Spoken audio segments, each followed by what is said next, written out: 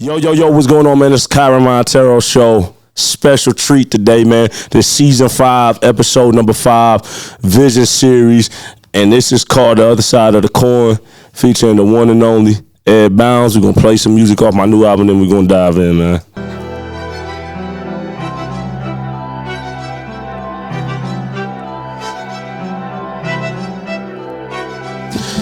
Really like that featuring Young Pooty, man. Visionary in the flesh, I'm really like that.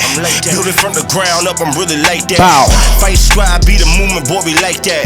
Bringing light to the culture, really like that. Really like that. Really like that. Really like that. Really like that. Fight, strive, be the movement, really like that. Bringing light to the culture, really like that. What's going on, man? Welcome, man. Mr. Ed Bounds here. Round of applause, man. Thank you for having me. Hey, man, that joint was riding right there. I had to send it to you, man. Yeah. I had to send it to you, man. All right. Today's guest, man, I ain't gonna even waste no time. First of all, check out the podcast on Spotify, Apple, all of the platforms that you can play podcasts at. High definition videos on Facebook and YouTube. Season 5 is called Vision series. Vision Talk, inspired off of my new album, Visionary. And today's guest is, to my knowledge, and he confirmed it's true, the OG of podcasting, right? Yeah. First podcaster within the city of Marion. He is definitely a spokesman within the community of Marion. Aspiring journalist, like I said, trailblazing in the podcast industry and media industry. Here, friend of some, father, I'm sure many other titles, man. Ladies and gentlemen, from the Ed Bounds live show, give it up for the one and only Mr. Ed Bounds. All right. Yeah, thanks for having me, bro. Thanks for having me. I reached out today and you came today. Yeah. So he lit his life for real, man. I ain't gonna lie, man. I was kind of nervous reaching out because I was like, I ain't know what the response was gonna be. You know what I'm saying? But you responded. Yeah. And I bet you was probably like, yo, what the? Well, I know you do podcasting, and I know you work with a lot of sound. So I figured, okay, this could be a situation where he's probably going to tell me about a board or some mics or something, because we just like knew each other in passing, I grew up with your mom, your aunts, and I knew your wife. I grew up with her somewhat, I'm older than her, but I grew up with her. So, I know you got one of the top studios in Marion, and so I was because I've been up here before. I think it was with the mayor. I just can't remember. And I was like, wow, this is a great setup. Like this is cold right here. So, I appreciate it, man. Yeah. I appreciate it, man. Look, shameless plug. The top recording studio. Yeah. I have never. As far as, coming in making music, I've been in a lot of studios, but I've never seen anything like this in Marion. And so, honestly, man, on paper, I started the dumbest business you can in Marion because there's not a market for it. And we're going to dive into some of that as far as questions I got into you. But I remember my cousin Tristan, he was like, do it for you, don't do it for people. Now, in business, that's dumb. You got to do it for the market. You know what I mean? But I just wanted to show that young black men can get past their past and not run off. I ain't want to run off to another city. I ain't want to. Yeah. No, I want to do it in their face. That's me. I want to put it in your face. Hey, if my wrong was put in your face, then put some correct stuff more in front of your face, man. Yeah. So I want to dive in, man. I was driving back from Indianapolis, talking to my wife last night, and this season 5 has been taking some turns that I haven't expected. Shout out to my guy Kyle Johnson, aka Slay. Oh man, that was a heck of a show, man. That was episode 3. Yeah. Kim McQueen was just episode 4. She had a great interview. but I didn't expect that to do what it did. So first off, I don't get on these this is to inspire people. It's storytelling, it's great content. It's not for drama. But I didn't expect his episode to go as wide as it did. My son is good friends with Kyle, and I know him since he was little like that. He's well known, man, in the city. Yeah, and he ain't never been no person to be lying and capping and all that old stuff. So what happened when he came out and told the truth, it made a lot of people mad. So, that's why I was telling you earlier. When you tell the truth, that's when you piss people off. When you telling a lie, people say, oh, he crazy, man. Something wrong with him. Don't pay him no mind. When you tell them the truth, that's when people get pissed. So, boy, man, so let's tell the truth, man. Let's I feel like people that follow you, they see you. You can be, I think we can agree that you can be seen as controversial sometimes. But that's my middle name. But actually, his nickname that he calls himself is Petty Eddie, actually. Yeah. But I believe behind everybody that there is more to whatever the surface shows. And that's what I want to dive in. So, first off, man, who is Ed Bounds? Tell us about, if you wasn't born in the city of Marion, where you was born at, your type of family upbringing, and just how that made you the person you are today. That's my first question for you. So I was born in Kokomo, Indiana. Really? And yes. Okay. And then, and then we came here when I was like 2. And on my mom's side, both of my parents from down south. But my mom to come from 15 kids. My dad came from like 9, I believe. And so I've been surrounded by big families, all my life. And, so coming up in Marion, it was in Central Marion. The hood. Yeah, right. Matter of fact, I can look out back and see Kyle's Johnson's grandma's front door. Wow. And so Seaside, 18th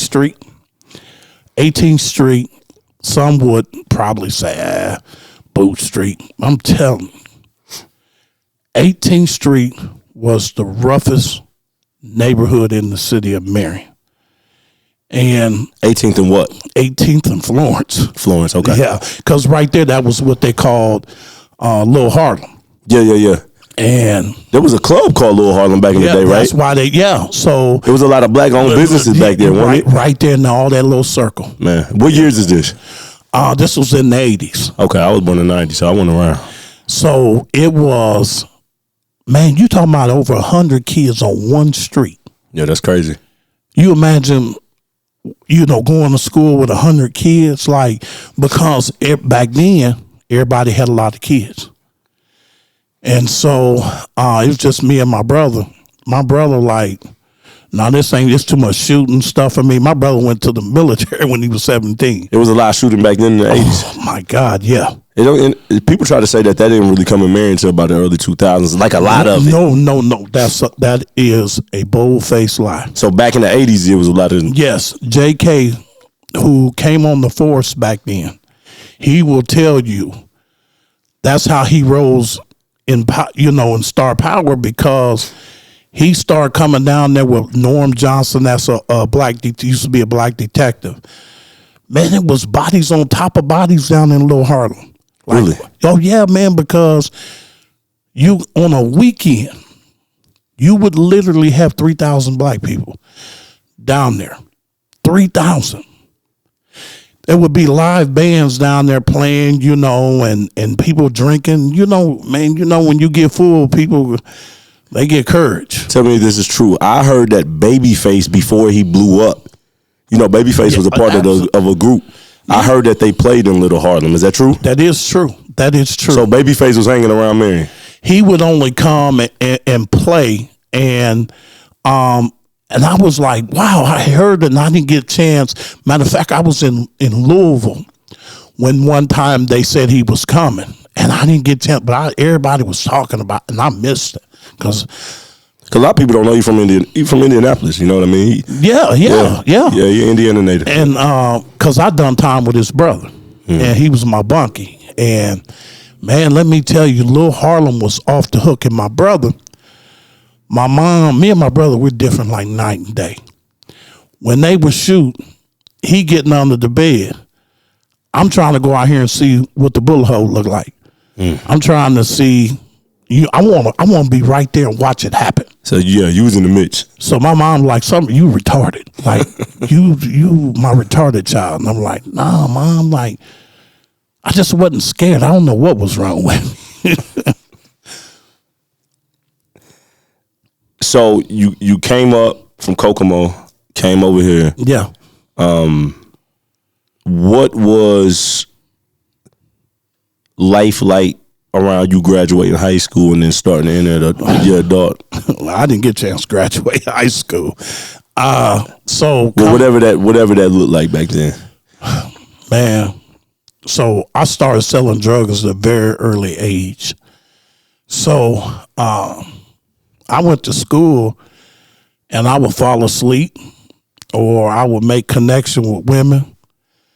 And that was it. Like the only thing I got a good grade in was in lunch. You know what I'm saying? That's the only good grade I got. All the rest of my grades was F's. So I didn't take nothing seriously. And, I was in fights all the time because, either back then you either had to be a vice lord or a gangster's disciple. And the gangster disciples was predominantly deep here in Marion. It wasn't a whole lot of us vice lords back then. So I was I was in trouble all my life.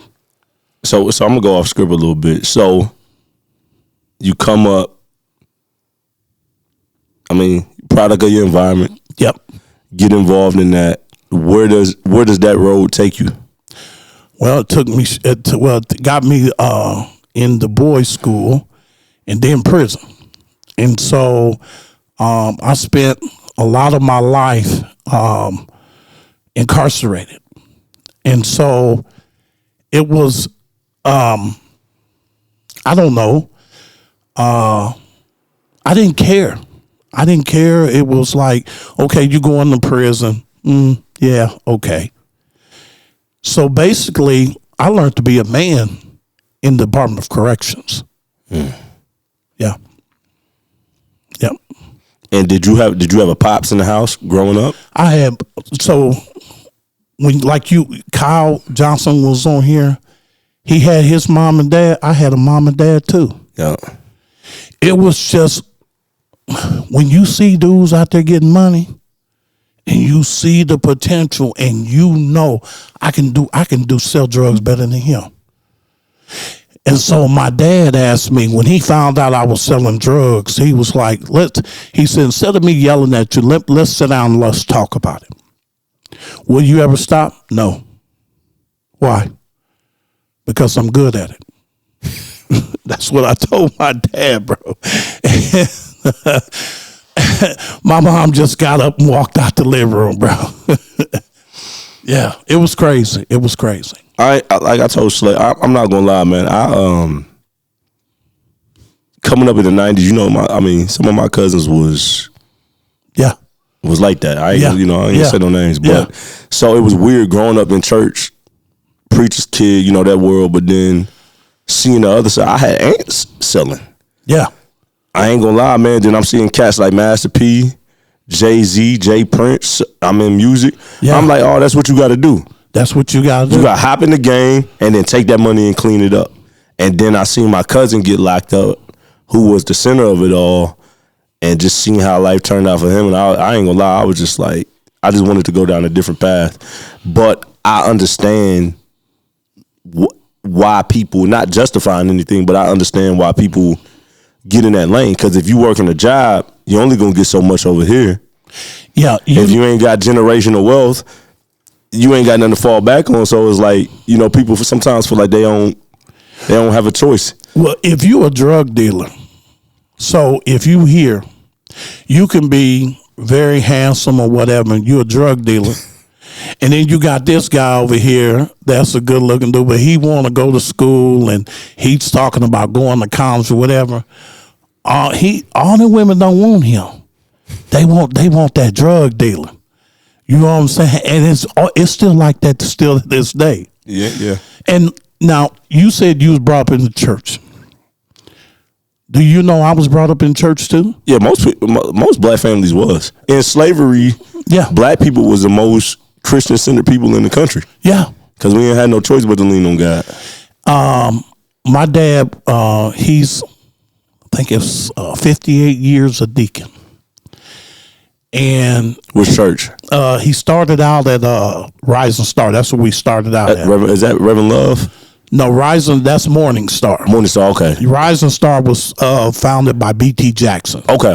Reverend Jackson. And so my mom was a godly woman, but mom was mom. And because bro, my mom had to be involved in every damn thing in church.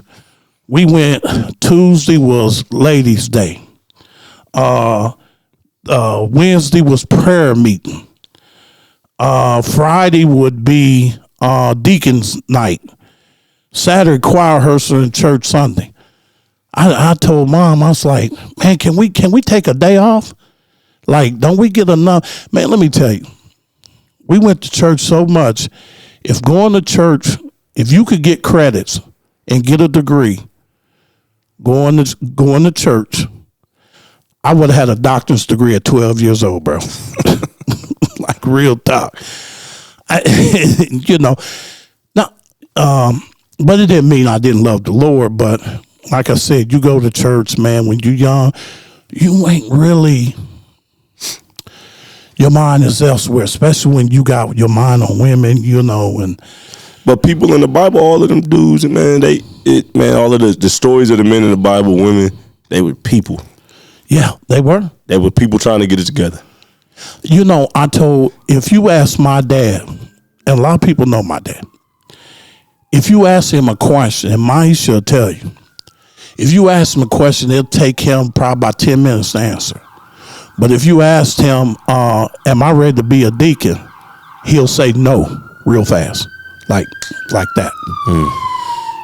And because he's right, because when I wanted to be a deacon, bro, they was like, we need to work on you. Well, I said, for what? They was like, well, you got, somebody overheard you say sister such and such had a fat ass. And you can't be talking like that, bro. And I'm like, well, okay, that deacon thing out the window now. So, yeah, bro.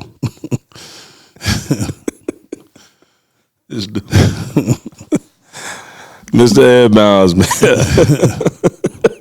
So no deacon. I gotta wait a few more years because I still ain't right. And Kyren, I'm sitting here like, okay, why are y'all mad at me for saying that? Because that's a sexual thing. But if y'all don't like that I talk about sex or whatever, all these little kids running around here, where these little Christians come from? They ain't adopted. They looking like they daddies and they mama. So where all these little kids come from? Somebody in the bedroom making them. Oh man, and yeah, man. So you are you've been involved in media a long time. Mm-hmm. Sound, just that whole world. What age did you start diving into media, sound? Like at what age did you start getting interested in that? Because obviously you said you spent some time incarcerated. So, oh man, I don't know the exact age, but I can tell you, in 2000. So I come home in 2015. I'm thinking, okay, I gotta get on my feet. You know what I mean? I gotta do it quick. And that's the same routine. Go get a bag, and then I'm on my feet. So I would call everybody like, oh man, we ain't got no work like that. I'm like, man, y'all driving good, dressed good. We selling dog food. What the hell is that? That's heroin. I said, I'm cool, bro. I didn't want to sell nothing. Somebody shoot up. You know what I'm saying? So I'm like, man, y'all can't get no powder. No, man, ain't nobody doing that around here. You been gone long. Things changed, Dad. Like, all right. So when they left, my dad, he said, now I said, well, Pop, I'm about to go get a job. And so I went and got a job, and I got to thinking. I saw on the internet they was talking about podcasts going to be the future. And I'm like, okay, so I got to do my research, and I got on Amazon. And, bro, I saved my money, like legit money. And I bought a soundboard.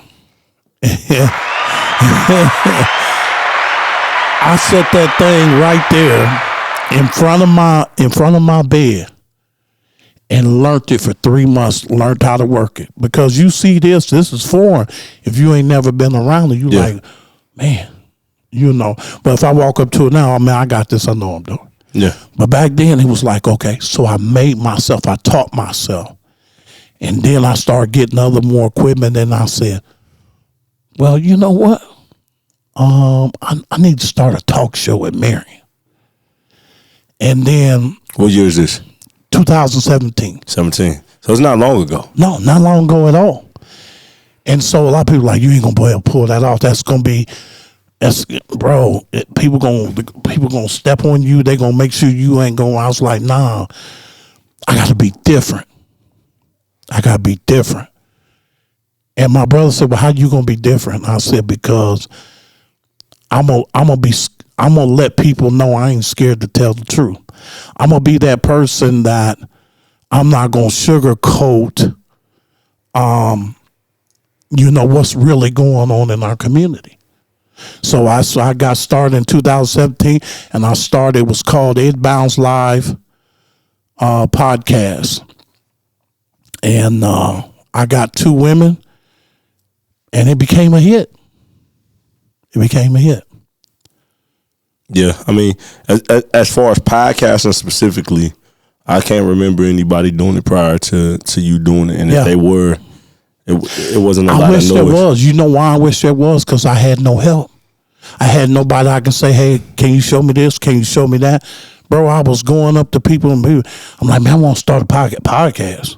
Yeah, nobody knew. Yeah, what's that? I'm like, really? I think the closest thing people probably knew was talk radio. And that was syndicated. That's syndicated, exactly. Yeah. So I didn't have that kind of money, So I had nobody to help me. So obviously we know like there's no entertainment industry around Marion, period. No. Music, well, I mean sports, but there's no music, there's no the arts and media entertainment around here. This area is not like it was back in the day.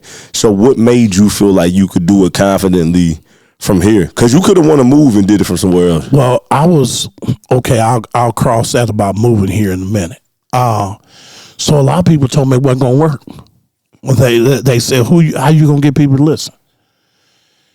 How you gonna get people to interview? How you gonna? And I'm like, I'll make it work. I'll make it work. So I went and I got 2 young ladies, and I said, listen, I want y'all to be my co-host. And man, I'm gonna tell you, numbers were in the couple hundred range.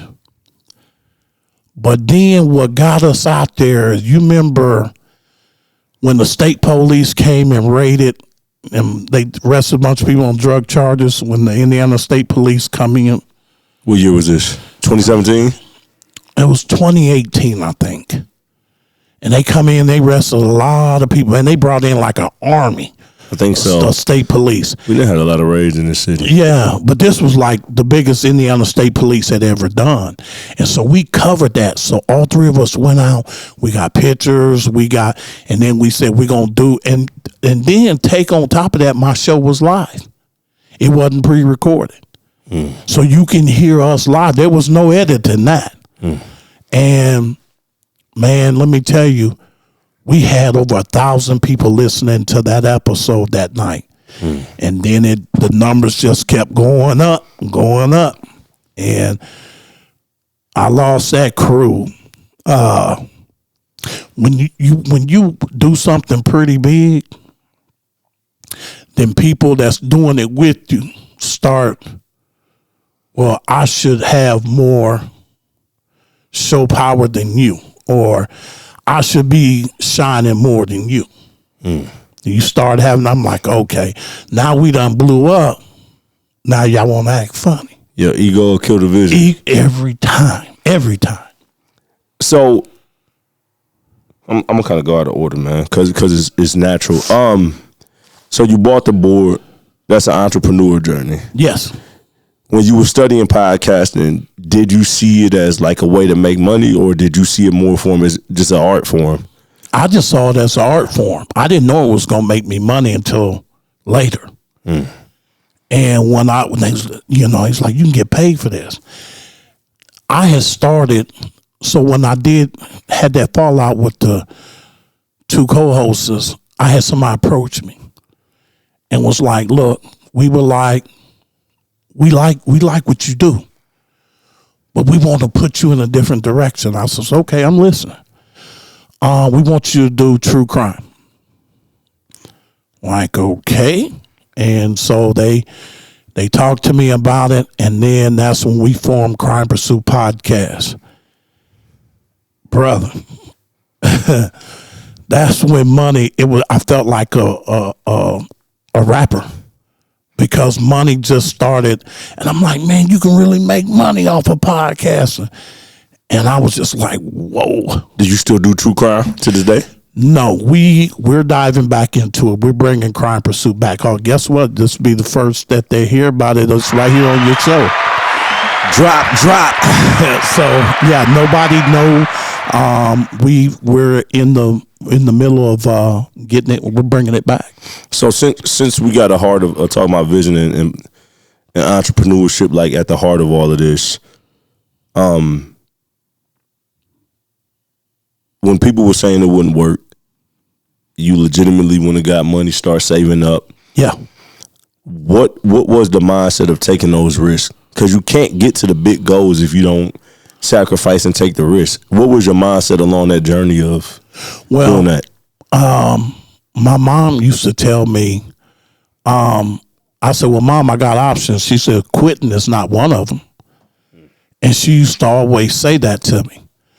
So quitting wasn't one of them. I didn't, like I said, I didn't have no help, no backup, no nothing. So I just said, if I only got two people listening to me, I'm still gonna keep podcasting. And one could drop off and just be one person. I'm still gonna keep podcasting, because I had already invested all this money in this stuff. This is not no dope money. This is legitimate money that I earned working at a job. And so I just can't just throw this stuff away or just walk away. I'm too knee deep in, and I got to go all the way, and I couldn't stop. There is, I would say, when people, let's just be direct, you can be controversial. Yes, sir. Right? Absolutely. But when I get but there's layers to people. So when I see you sitting here and listening to your stuff, I'm hearing all of this in real time. I don't know none of this. Yeah. I see a person with a story, just like everybody else that's trying to make his way through. Coming from the Midwest, not the most cultural place, right? Oh, yeah. For young black women and men out there, and this show is not just about blacks, but we're African American. Yeah, oh yeah. How could you encourage people to pursue their dreams? Because you inspire. I mean, you plugged into the school. I mean, it's a lot of people that listen to you. Yeah. It's a lot of people that wait for your voice. What does Ed got to say about this? Yeah. Like, what would you encourage people and have to say to those people that want to step out in their own lane and take these risks and those leap, put their own money in their own time, their own sacrifice, whatever it might be? I would tell them, and I do this all the time. I tell people, listen, do it. If it's crossed your mind, then chances are God put it there. You know what I'm saying? But, when Moses and everybody, they had vision, that all stuff came from God. So if it's there, he planted the seed. You just got to feed and water it. And so I tell people that all the time. People's like, man, you crazy. Why are you encouraging other people to start podcasts? That would be competition. I'm like, but competition is good. People around here don't understand that when you give people choices, it draws more in. And it make people produce better quality. Exactly. Show the strong from the weak. Exactly. So if you like, oh man, I've been doing this. Oh, he done started up a podcast and they killing it. So now you got to step up your game. And so now the people like, okay, we see you done made a comeback. So, people bouncing back and forth. And so I'm always encouraging, especially young black women and black men to do podcasting. I was just talking to somebody, we was at a restaurant and she was like, I've been on the podcast. I'm like, why didn't you say something? And I have told people, I was like, look, you can come use my studio. I'm not tripping. I won't charge you, but you can use the studio because I do want to see, because you don't know who could potentially blow up to where they get millions of followers and listeners and whatever. You never know. That can come right through your studio. Sound like you need to start a network. Yeah. Well, I have been talking to people and telling people, don't be afraid to come to me. Because one thing about what people don't know about me, I help a lot of people, bro.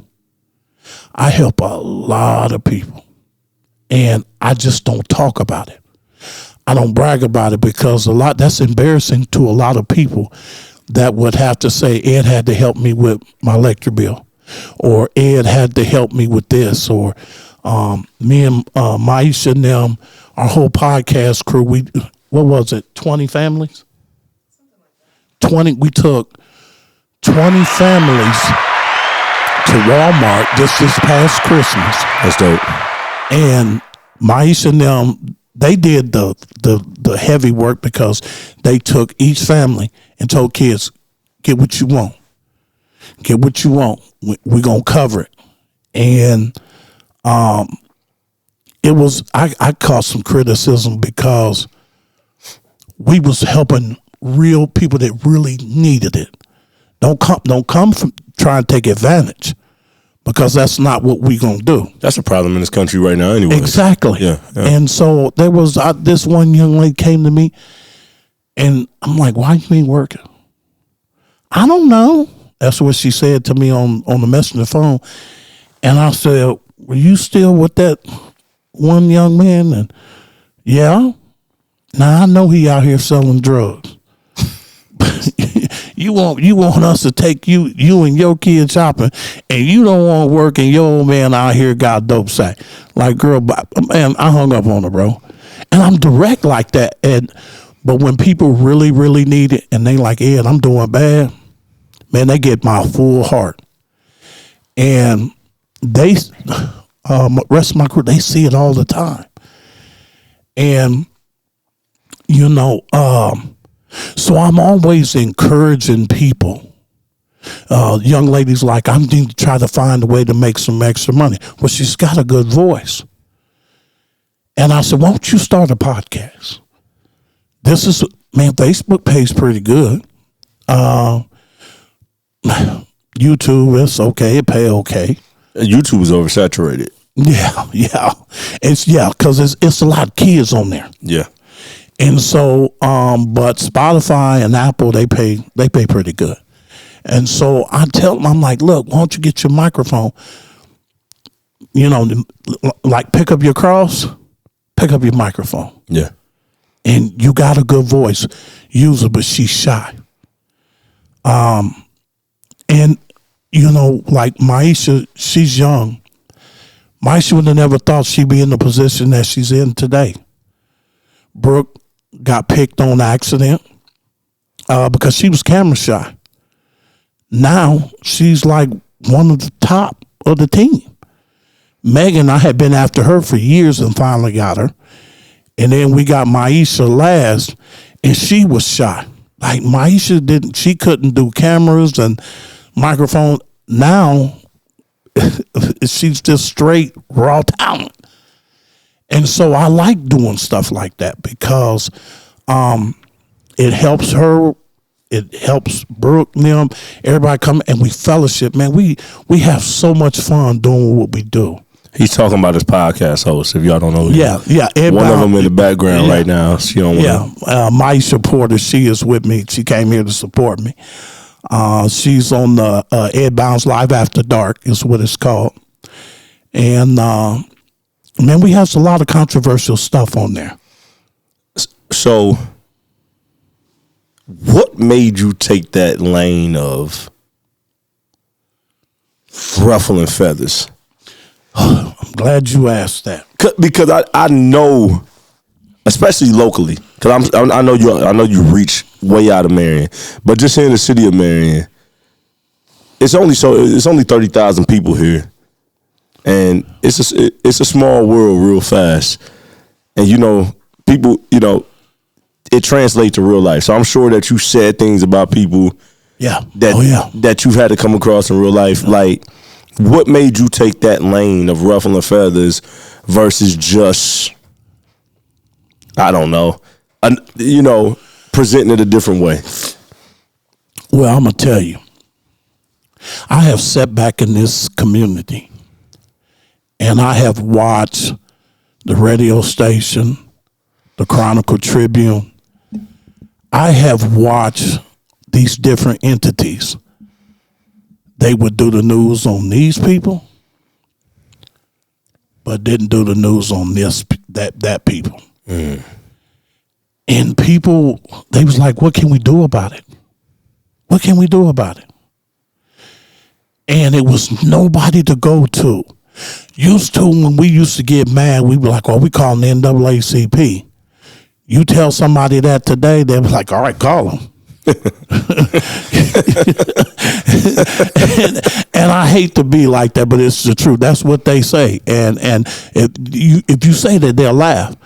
But if you say, don't worry, I'm calling Ed Bounds, and I'm going, whoa. Let's talk about it.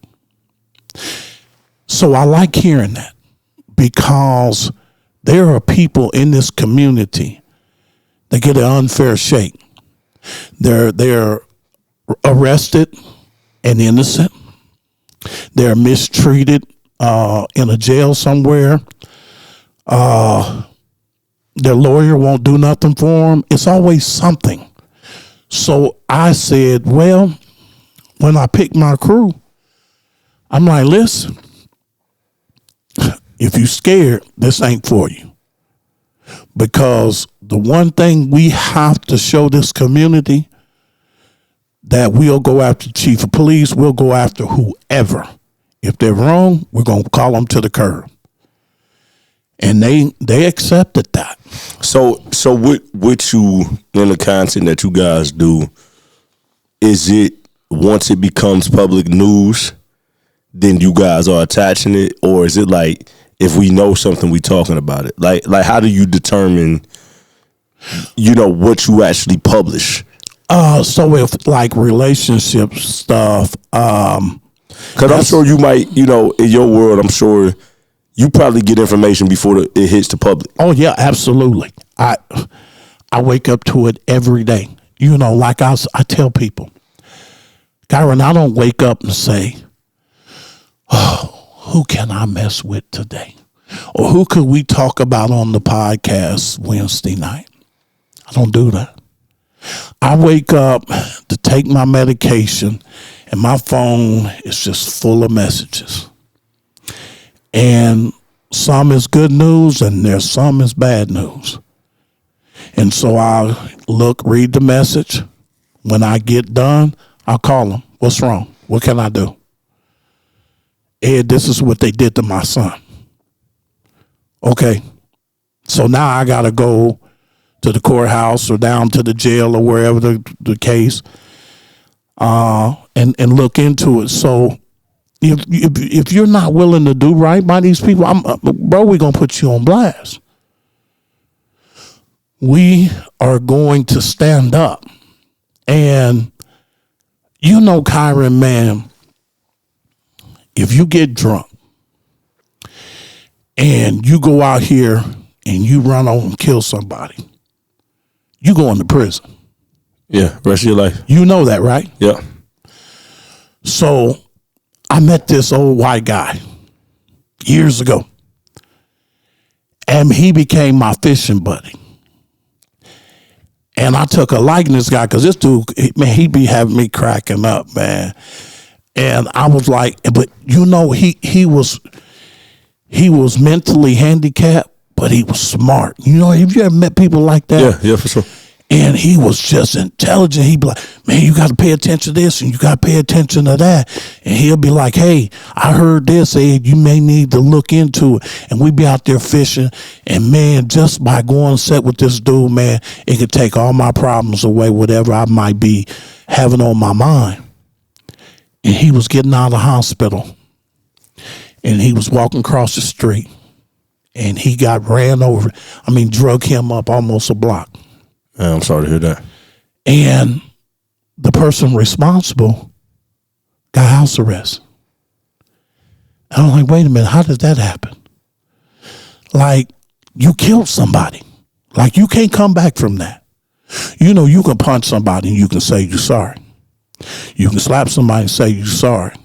I won't recommend slapping nobody. No, I don't recommend that. But I'm just saying that can lead to some terrible results. It can, but you can go back and say, I'm sorry, I shouldn't have never did that. You can't come back from taking somebody's life, yeah. Yeah. You know, like Will when he smacked old boy. Talking about Chris Rock. Yeah, when he went up there and smacked Chris Rock. I mean, you know, I Couldn't felt have been me. Yeah, me either.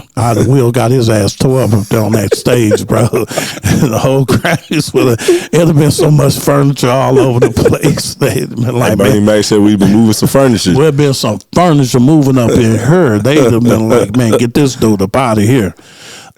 They'd have been more wanting to keep me from coming than they would Will. And Will one that came up on the stage, you know. But, you know, you can always say you're sorry. But when you take somebody's life, you can't come back from that. No. And then they have somebody, everybody got somebody out here that loves them.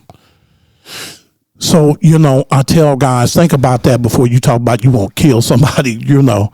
But, yeah. I believe personally that everybody got skill sets and talents and a level of greatness. Some is different. How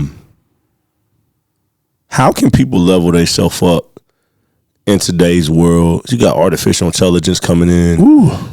I don't know what the next 10 years look like. All I know is that right now people better be getting ready for it because the world is changing in real time. Absolutely. I got friends. I'm like, yo, get off the PlayStation. Get off social media so much. Yep. Not like I ain't got it all figured out, but I believe I'm gonna be a future millionaire one day. I believe I'm gonna be a multi-millionaire. You're in the hunt. I'm in the hunt. Definitely. Yeah. And so I've seen some of the most growth in our business in the last year than I have in the last 7-8 years. And like, what do you say to people with technology coming in and all of that? Like, how do people position themselves to win in the next 10 to 20, 30 plus years, creating that generational wealth? Because I feel like it's a new world coming. Well, you got to get in the hunt. You got to grab your rifle and get out there and go get it. Sitting in the house, listen. I tell people all the time, sitting on your couch in front of the TV, you ain't gonna get nothing done that way. If you got a plan, go out there and chase it, and chase it 21 hours a day, because you got to have some time to sleep. But, you know, you don't need no 8 hours of sleep. Get out there and chase that. And don't give up. Just learn AI. You got to learn AI. It's the future. And learn it, and you can make money from it right now and get good at it and put in a plan. and execute that plan. Don't just say, well, I want to do this, and then,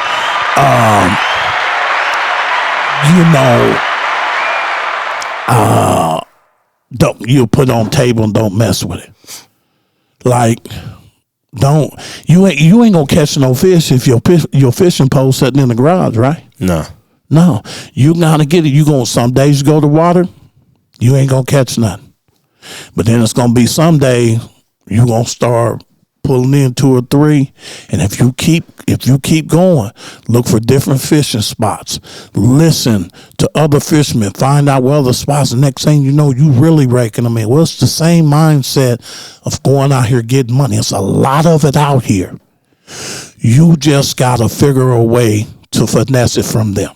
So if somebody wants to be a podcaster, a streamer, YouTuber, everybody's a content creator nowadays. Oh, yeah. Everybody's doing it now. It's in everybody's Facebook profile and all of that. But for somebody that's not into that world, it may not be podcasting, whatever lane of content, what is your advice to them, especially the youngins coming up? Do it. Listen. What is Charlemagne the God? They gave him iHeartRadio. I believe gave him like $200 million to get podcasters that he can bring. Hold up. You didn't hear about that? They paid him $200 million? They just signed him a $200 million deal. iHeart. As well, like an executive? Yes. To have him. Oh, he just out there Stephen A. yeah, man. Listen, he doing it now. 200 M's? 200 million. Look it up.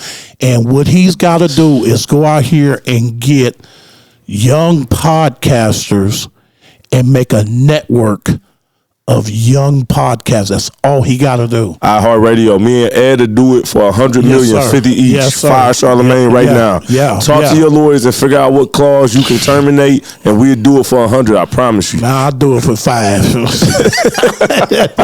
Man, I'm just trying to get to the end. Man, but it's crazy the money that's in content, because even now, like in hip hop, so we ain't selling CDs no more. No. 85% of the market is Spotify.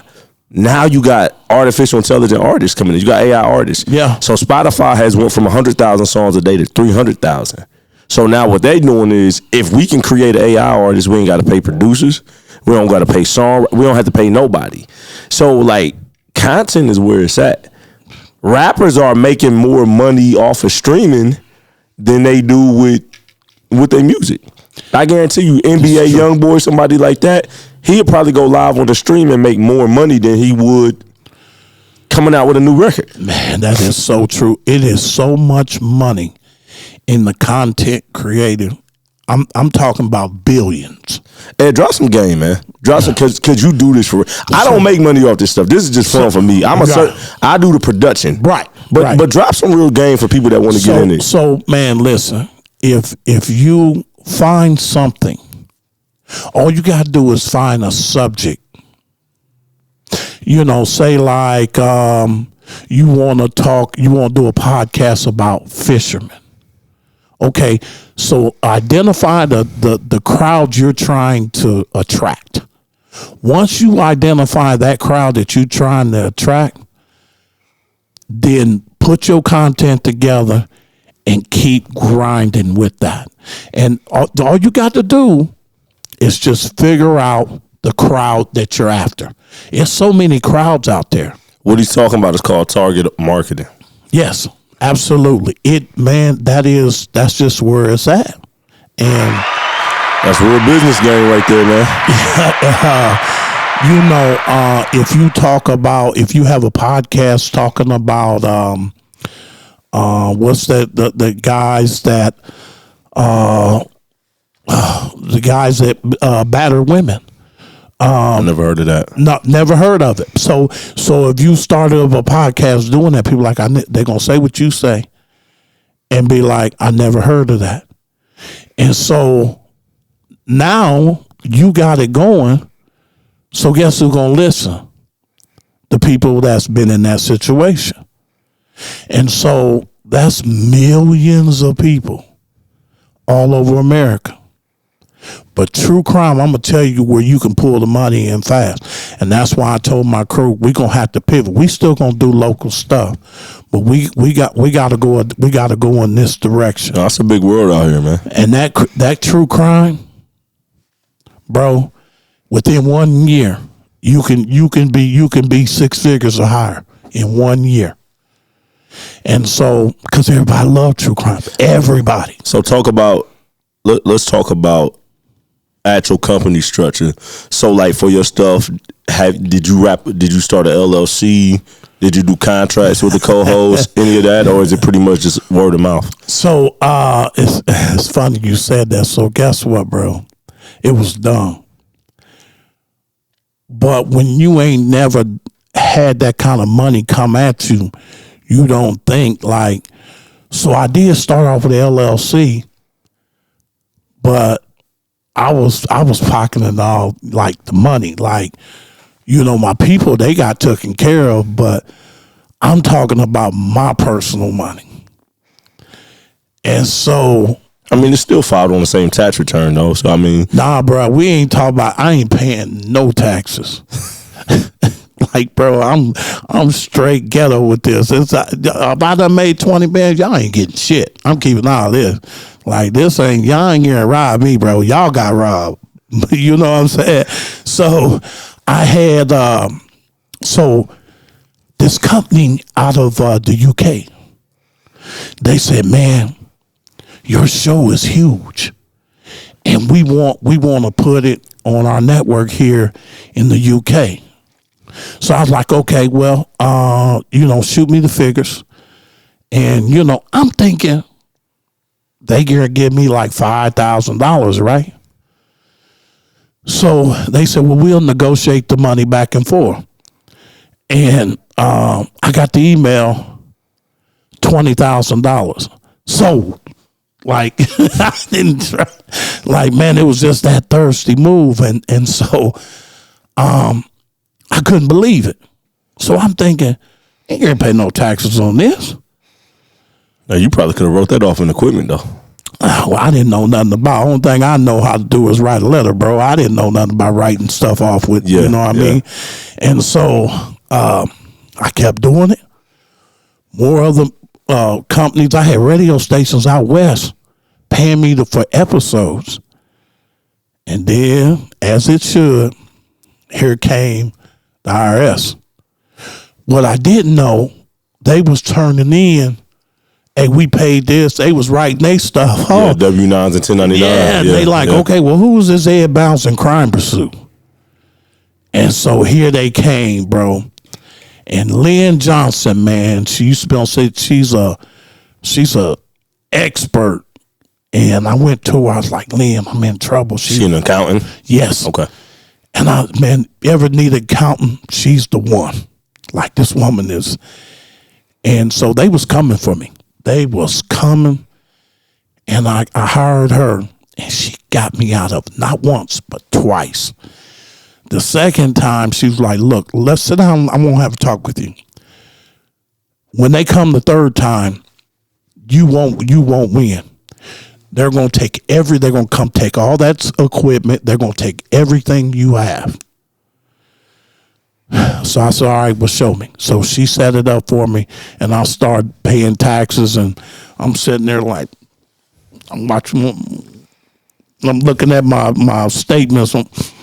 She's like, Ed, this is the right thing. I'm like, okay.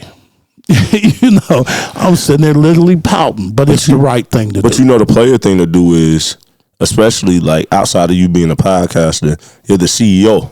Yeah. So, S corp, you can basically put yourself like on a salary. Yeah. So all of that self-employment tax and all of that, I mean, you can save probably. I mean, you ask her, I don't know the figures, but probably 15 to 30% on taxes. Well, you know, when I brought Brooke on, Brooke's good with money. Brooke is like she's a genius when it comes to figures. A lot of times, man, a lot of women can manage money a lot. They grow up faster than we do. Man, Brooke is the queen at knowing how to, and she's like, yeah, sit down. Look, this is what we need to do. And this is how we're going to write this off. And this is how, like, she, so you got in-house accounting. Oh my God. Yeah. Brooke is amazing. So for the people listening, tell them how important is paying your taxes as a business owner. Man, listen, pay your taxes or they gonna come take your computers, they gonna come take the family cat, they gonna come take the family dog, the dog's raw high, your dog's drawers, they coming to take socks, drawers, and all.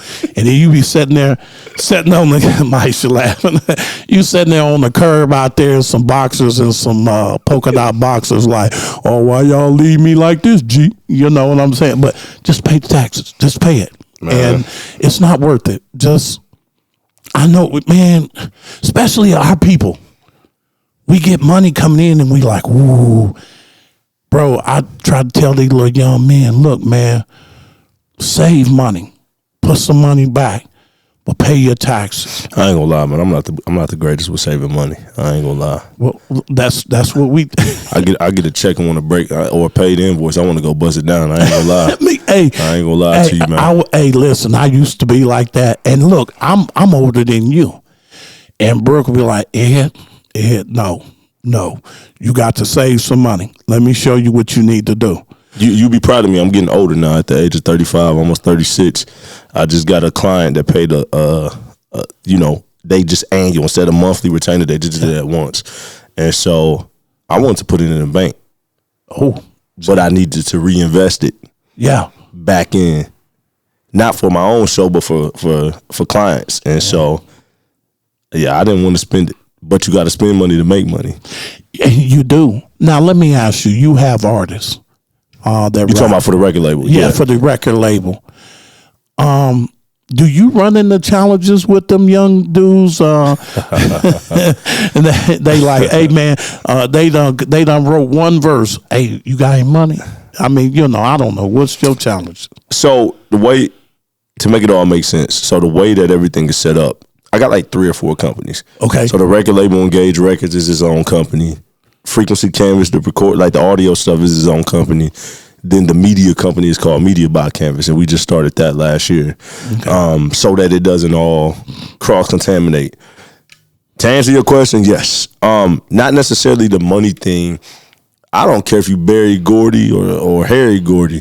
Everybody gonna have a problem running a record label because with artists you deal with egos. Yeah. Just like I think that's in any career. Just like you said with podcasts, and I'm not disrespecting nobody, but it's the ego thing. Yeah. But luckily enough, man, for the most part, the guys we got here are good. I'm gonna be honest. In 2020, when COVID, when stuff started opening back up, I was ready to bounce. Yeah. And I seen a resurgence. First off, I was fooled by all that PPP money. Yeah. I ain't never seen so many young black entrepreneurs at one time. I'm like, oh, this is dope, bro. We about to have like what was the Utah? Like a Black Wall Street around here. Yeah. I thought, I'm not going to lie. I'm like, y'all about to stay around. Yeah. Then I seen what Ronnie was doing with Morel Scooters. And so when we first came down here, it was a co-op shared space. Yeah. And I was like, yo, this is crazy. I ain't never seen this in Marion. And then all that PPP money phased out. And I'm like, yo, where all the hustlers at? I thought we was all about, building up business. Man, they was in Miami and all kind of stuff. That was BBL. Yeah. PPP. Yeah. How you, and it's funny because on them applications, they didn't know it would be public. Yeah. So I'm looking at people that got talking about such and such factories. I got 50 employees, but your address is Granton Place, which is an apartment complex. Yeah. You ain't got no 50 people working out. So it was just like, yeah, man. So past all of that, I was ready to leave. Yeah. I was looking at Indianapolis. Indianapolis I still got my partners there still all the time, like, yo, bring it here. But I wanted to stay in Marion and be a part of a trajectory of changing. And great. This ain't to ride my guys back, but I don't care what nobody say, man. Morel is killing it. Oh, man, let me tell you.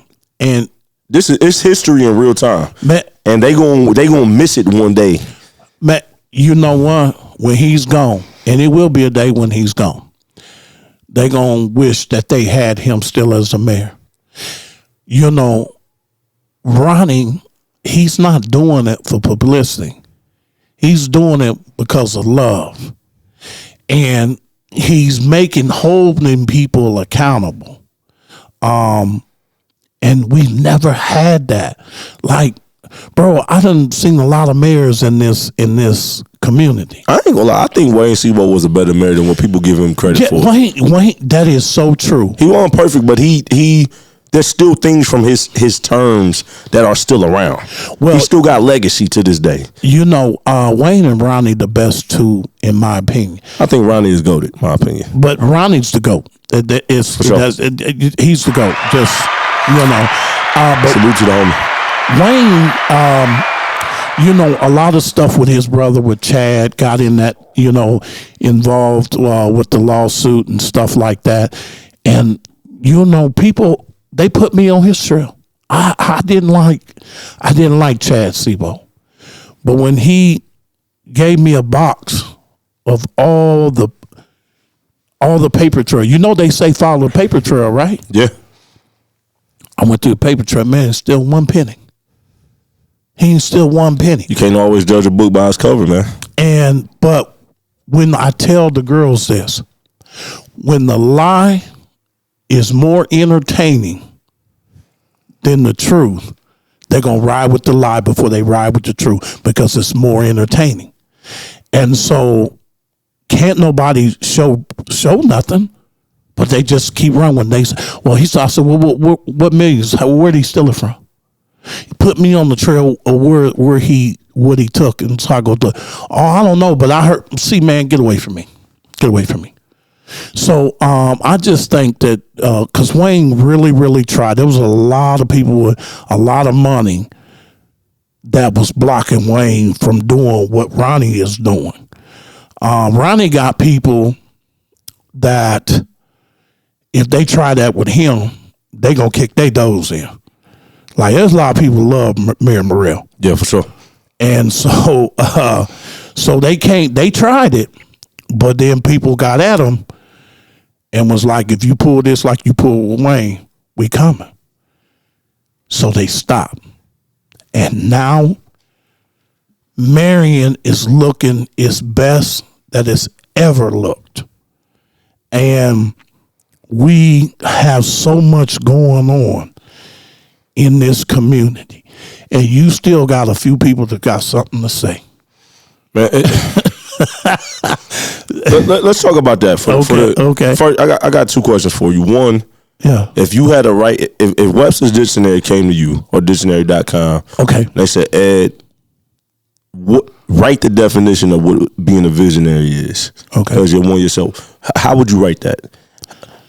I would write that, as you say, as a visionary. Visionary. What's the Ed Bounds definition of what a visionary is? That's the name of my new album, so I gotta ask you. Okay, man, something bigger. You know, the push for better. You gotta think, man. My vision for life is just life. You gotta think. I don't know if you know this, but I stared death right in the face in 2021. You had some health scares, correct? Yes, sir. When COVID came out, I was one of them people. And when I was at the hospital, that's when young Dolph got killed. Yeah. Rest in peace, man.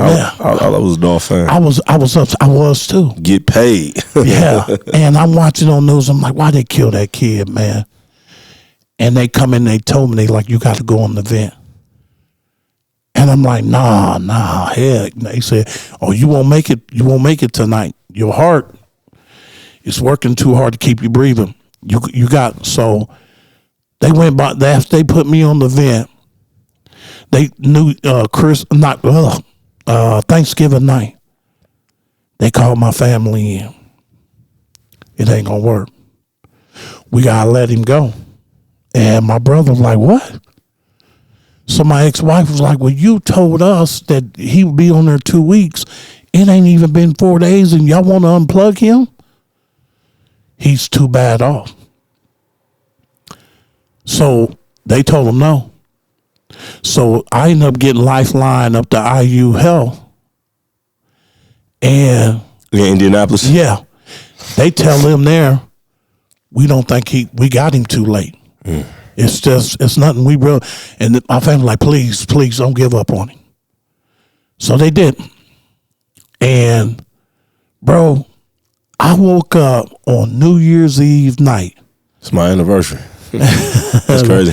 Yeah. Well, you just had a past anniversary. Yeah, 14 years. Yeah. Congratulations. Thanks, man. So I saw people celebrating and stuff. Like, what in the world's going on? Bro, I didn't have a clue where I was at. 2 months. 2 months. You was out of it for 2 months. I was in a coma for 2 months. Wow. And I was in the hospital a total of 5 months. They didn't know if I could walk again. So a vision to me is bigger and better. Because it could, man, when God brought me back here, if I'm so bad, then why does he keep blessing me? He brought me back here and said, I'm going to put you on this mission. I need you to help my people. Because there's times I'm like, well, I ain't got the money to do this, or I ain't got the money to do that. And then boom, I get an email, or I get a phone call. So if I'm doing so bad, then why does he keep blessing me? God don't bless mess, right? We know that. That's what I say, yeah. So why do you keep blessing me? So my vision is bigger and better in being there to help people. Like you said, you wanted to leave. I wanted to leave too. I had opportunities to leave, but I chose not to. I said, God, I need to find a real good crew. And this crew I got with Airbound's Live After Dark is the best I have. And I've worked with a lot of co-hosts. And these women are dedicated. And they are thorough. Yes. They are very thorough. And I'm proud of all three. Because not only they work in front of that camera and on that microphone, they work behind the scenes as well. Yeah, people don't realize podcasts specifically how much work it takes. It ain't easy. You're not just turning on cameras. It's worth it. Yeah, it's a lot of work. But I can't go past what you just said. So basically, you're a walking miracle. 2 months. I'm a walking blessing. Walking blessing. I'm a walking blessing because God don't deal with miracles. He deals with blessings. And so, for me to be able to walk again, yes, I still have heart because the COVID's damaged my heart, my lungs, and my kidneys. Bro, it banged up to all the major organs in my body. And God said, you can bang up more in the organs in his body. Still ain't going to change nothing. He ain't going nowhere but where he at. And so when people come to me and say, Ed, I done went to everybody and I have no one else to turn to. So if people don't know how to turn to God, they'll turn to somebody that God do have his hands on. And so that's why I don't, talk about miracles. I talk about blessings because, man, the money that, I'm involved in and the things that I have and the people that I'm surrounded with. People tell me, man, you get on the podcast and you do live video because you're miserable. No, I'm not. Kyren, I am so happy. I want to choke my girl sometime, but I can't. I ain't saying that. Please don't. Yeah. that was theoretic. That wasn't. Yeah. She just allegedly. But she probably want to choke you too. Yeah, that's true. Because, bro, I can. She'd be like, "Well, I need to do this." And they're like, "Well, you gonna have to wait a minute." Well, I'm like, oh. It's pettiness from here to there, but. I'm happy. I'm happy with who I am. I'm happy with what I have. And I'm not depressed. I am so thankful for what God gave me, man. I'm going to tell you this, and I think I'm going to speak for a certain sector of people who appreciate you. I like seeing this version of Ed Bounds. Yeah. For sure, man, because it not to interrupt you, I'm sorry. No, you good. So, Kyren, I'm a really good dude. If you come for me, I will embrace you. If I don't just go for people, if somebody trying to hurt you and we run together, am I supposed to defend you? Because that's what friends do, right? Real friends anyway. Yeah. Exactly. If you have a problem with Maisha, you got a problem with me. If you got a problem with me, you got a problem with her. And that's real friendship. And people don't, like I said, I don't wake up to go after people. I have a really big heart, and I do want to help. But when you mess with my kids, my grandchildren, or my friends, you'll get that ugly end. I also think it's out of pocket to come for people's brands and business too. I won't bring up the specific situation, but you know the situation that just happened. Yeah. I didn't care about the personal stuff being said about me. Yeah. Don't come for the brand though. Right. That's the way I feed my kids. Well, the brand, one thing I found, when that brand doing good, then that's when the problems will come. Jealousy. You got to think, man, all this stuff you have here, nobody around here got that. Man, but we're here to try to help. Some of the most endangered people on this planet are black men and black women. Yeah. I ain't know some are. Yeah. Right? You know what I'm saying? And so we're what are we? 10% of this country? 15%, very just like here in the city of Marion. It's 30,000 people here. It's only 5,000 people of it that's black. I mean, it's a decent amount for the size, but I don't understand why our people don't unite more instead of trying to hurt. I understand the trauma generationally behind it. I get it, but I wish at some point that we could change that. You know what I mean, and start coming together more. It'd be nice if we was able to all come together. Do you know we would all be millionaires if we circulated our money amongst each other, right? Yep. But we can't do that. We are our biggest downfall.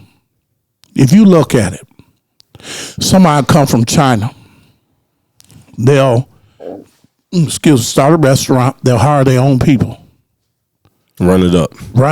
Get that money, everybody happy. Jews come here. Get their company, get their production company up, run the check up. All the different races, white, red, all of them. And then they're up and successful. Then here we come. And then while we're all fighting amongst each other, they're all looking and laughing like, look at them. It's funny. It's even just like, I got an uncle. I won't say his name. It won't be hard to piece together though. But I got an uncle, he own a hair store, like different businesses. And he's told me like, our women, and people will go to an Asian store. Yeah. Buy such and such hair products, buy this, buy that. But then when we sell it to each other, you don't want it. Yeah. You don't want to buy it. Yeah.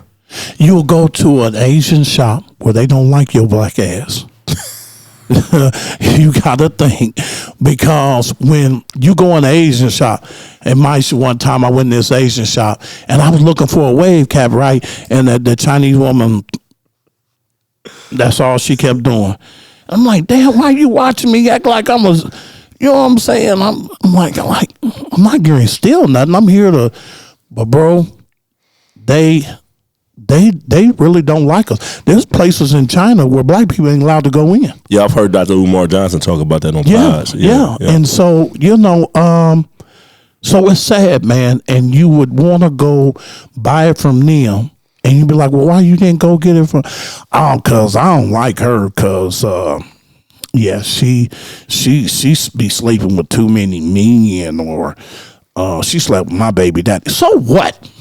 So what? Business is business. Yeah, people, we judge each other too harshly. Yeah. Now, if it's real detrimental and real stuff, Yeah. I get that. But in business, people's personal life shouldn't matter as much. No. If they provide a good service and products. Yeah. And I do try to, keep a lot of my money. Like, I don't go to KFC and stuff like that no more. I go up here to the spot up here that Ronnie brought in on 3rd Street. Oh, you talking about the chicken place? Yeah. Yeah. I spend a lot of my money there. You know what I mean? Then I go down there and Parker Seafood and, trying to get some stuff there. People, they too high. Well, they gotta pay bills and they gotta make money. Like, well, people don't understand business though. Yeah. People don't. I don't talk about this a lot, but sitting on the redevelopment commission board for the city, when Mayor Morrell got in, he asked me, "Hey man, I need you on this board." Okay. And that's one of the most important boards. So a lot of this development stuff, we voting on, and people complain about, we need to bring RCA back. We need to. Why this don't come here? And they don't understand the way development works. No, it's a business. Mm-hmm. Then people complain about all the coffee stuff and all of that. Well, they looking at metrics. Y'all the ones buying the coffee. Y'all the one buying it, man. Hey, look, I'll tell you what. I'm about to start a coffee house. Man, listen, they got me wanting to run around here and give a podcast and sell some damn coffee. Have Maisha as a waitress and everything, and Brooke go get the sugar, and Megan put on a skirt and put some creamer in there. That or a re-entry house. Don't go in. Don't go in. No, you did that. No. So your wife years ago. Now, I didn't know your wife and her sister. I just heard the name. The Barnetts are very well known. Yeah. But I didn't know her like that. So when people were talking about her vision and what she wanted to do, I thought it was a wonderful idea. It was great. And I'm like, man, that's gonna be, and it's a sister girl too. Man, this is gonna be man. I was excited. And then when I heard how they got done, and y'all, oh no, we ain't trying to do nothing like that. But then y'all had the woman come out of prison, and then her little boo thing, he get out of prison, and y'all threw him a whole checkbook. Y'all threw him a whole checkbook, millions, and I'm like, well, man, why not them? Why not them? But you know what, man? I think I was angry over that, bro. I think a lesson in what you're saying is, like, when you keep it solid, blessings. You said walking blessing, stuff come back around, because I feel like the position she's in now, yeah, is better. God, yeah. Now some of them same people, you got to come answer. Yeah. You now this person at the door standing because of that, man. I'm gonna ask you a question as an entrepreneur. How do you deal with haters? Okay, what the advice that you give, because it's going to happen.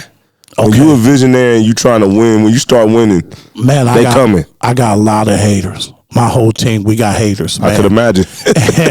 and I mean, we really got them. And she's shaking her head. Yeah, she knows, because she see it every day. Let me tell you what I do with my haters.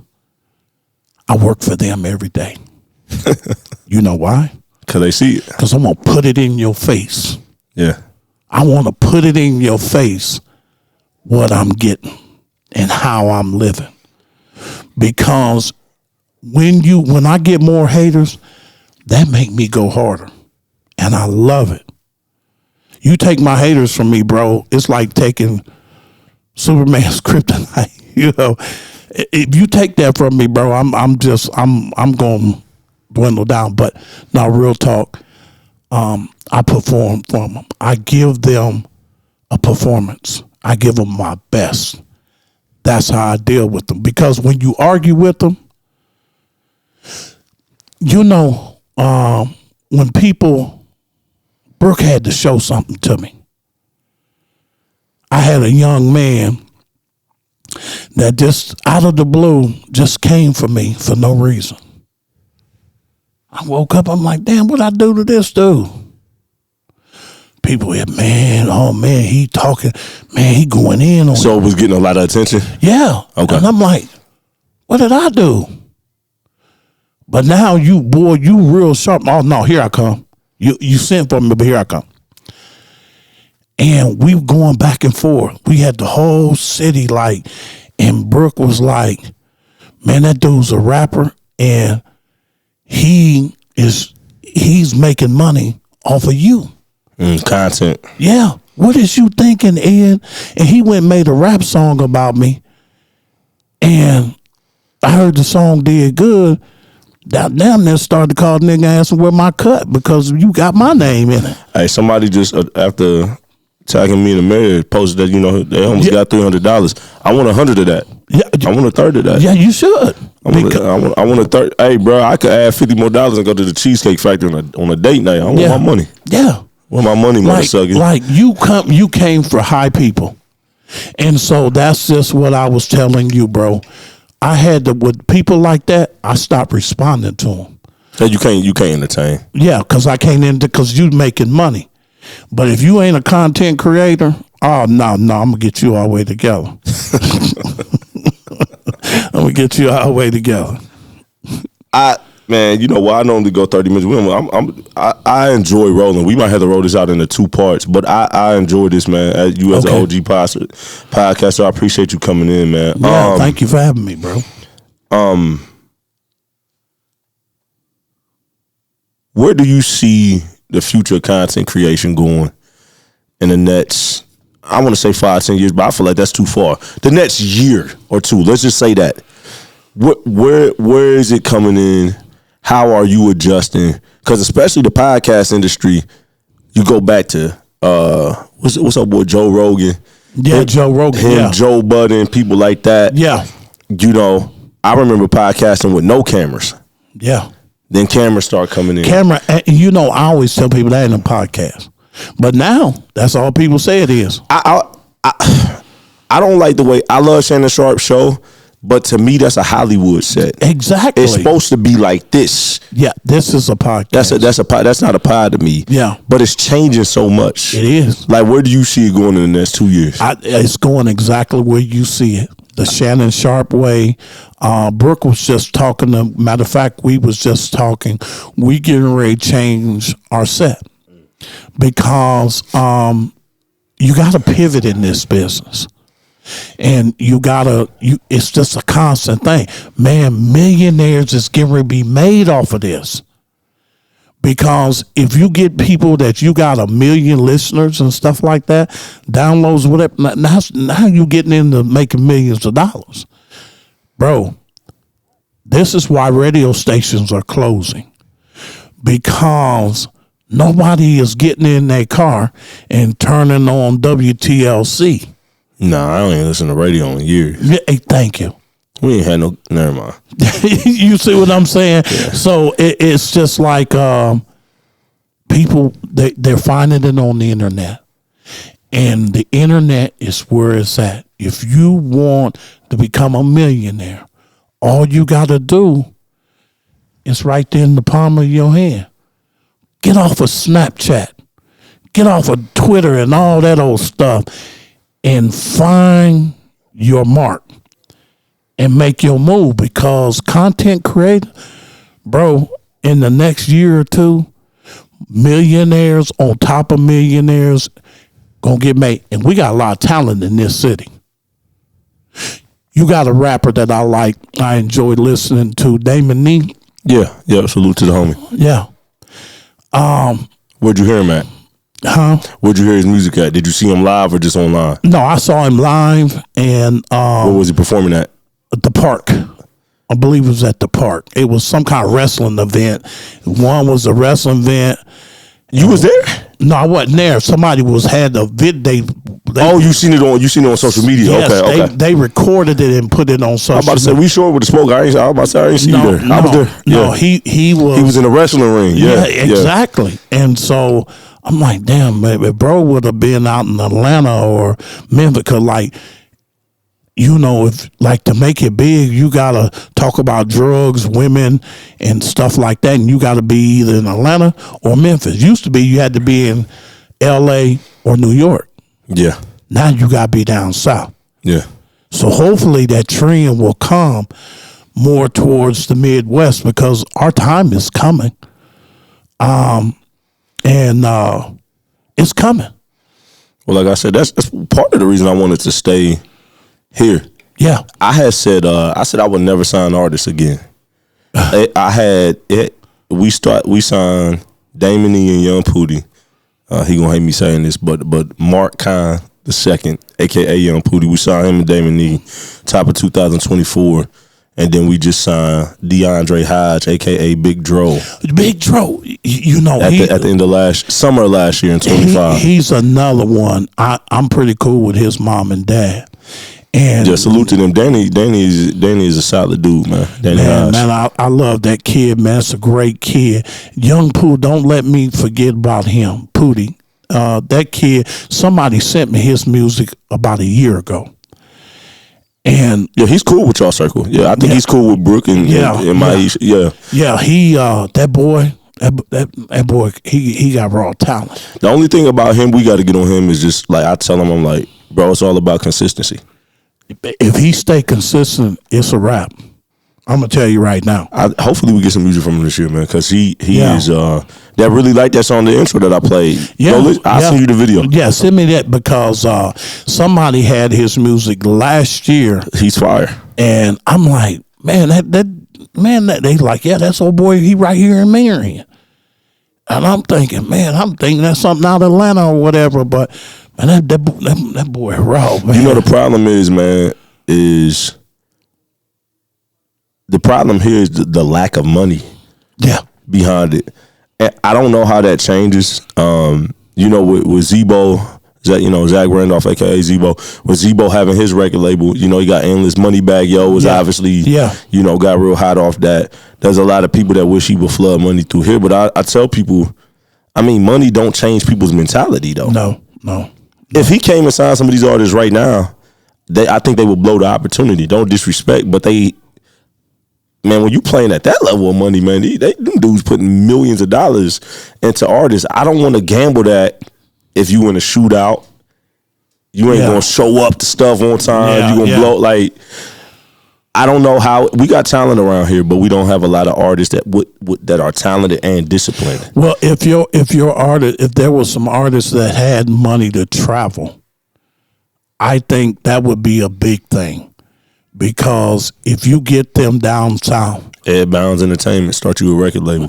Nah, man, I can't keep with them young cats, because if I do that and I get to see them, because when young cats bring young women, and them little young things get to run around, butt sticking and all that, and then it's over with, bro. Next thing I know, I got 5 more kids, and you'll see me with an afro full of white hair, bro. Looking like Don King. Yeah, they like, damn, Ed look like he on crack, man.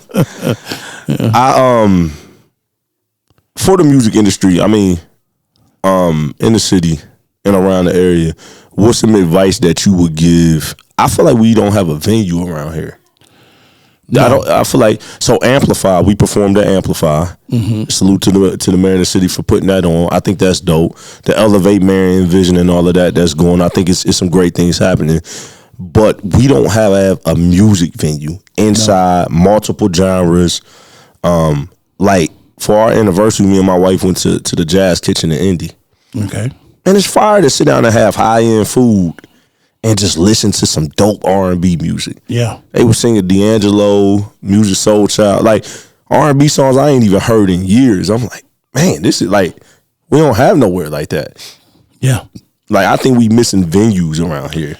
And if we could do it, we got the people to do it. You think it could sustain as a business here? I think it could. Jada said the same thing. I don't know. I think it could, bro. If Man, listen. We have some very talented people in the Marion, Indiana. We had a lot of stars come out of this community, white, black, but there's still more. As Larry Mitchell always said, there's something in the water here in Marion. And I do believe, because there's a lot of good artists, they ain't consistent. Like you were saying, they're not consistent.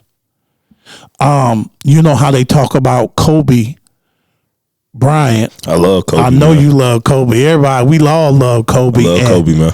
But you know how they talked about how he be in the gym. Other people at the club. Yeah. They say Kobe be in the gym. On the Redeem Team documentary, they talk about that on Netflix. Yeah. LeBron then went out to the club and he was there in the gym. they was coming in and he was walking out. Yeah. Yeah. So I say that to these artists. Be in that studio. Be somewhere with your mind right, writing.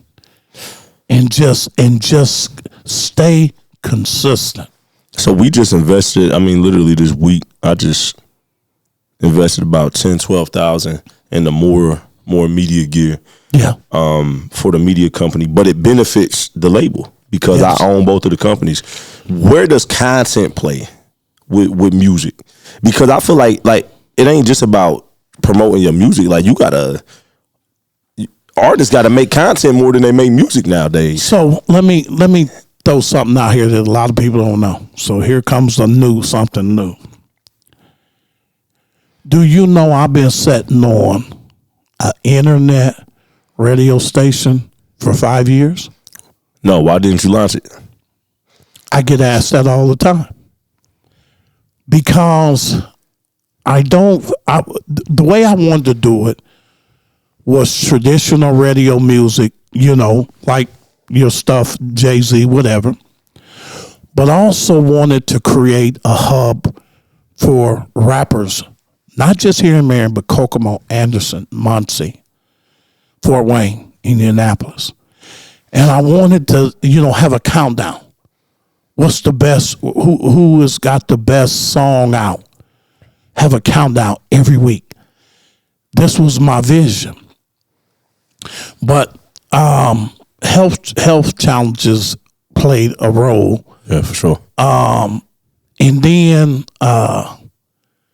DJs, bro, like, I was talking about DJ earlier, man. He a good DJ, but man, his mouth smell. God, bro, he gets too close, and I get sick at the stomach. And mouth smell like chitlins, bro.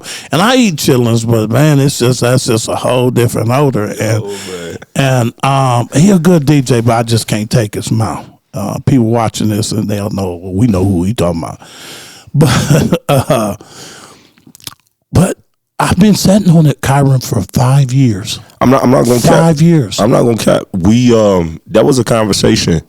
I remember before Ronnie ran for mayor. Mm-hmm. He was like, "Man, my Aunt Colleen. You know my Aunt Colleen. Yeah. She was like, "Man, you should start a online radio station."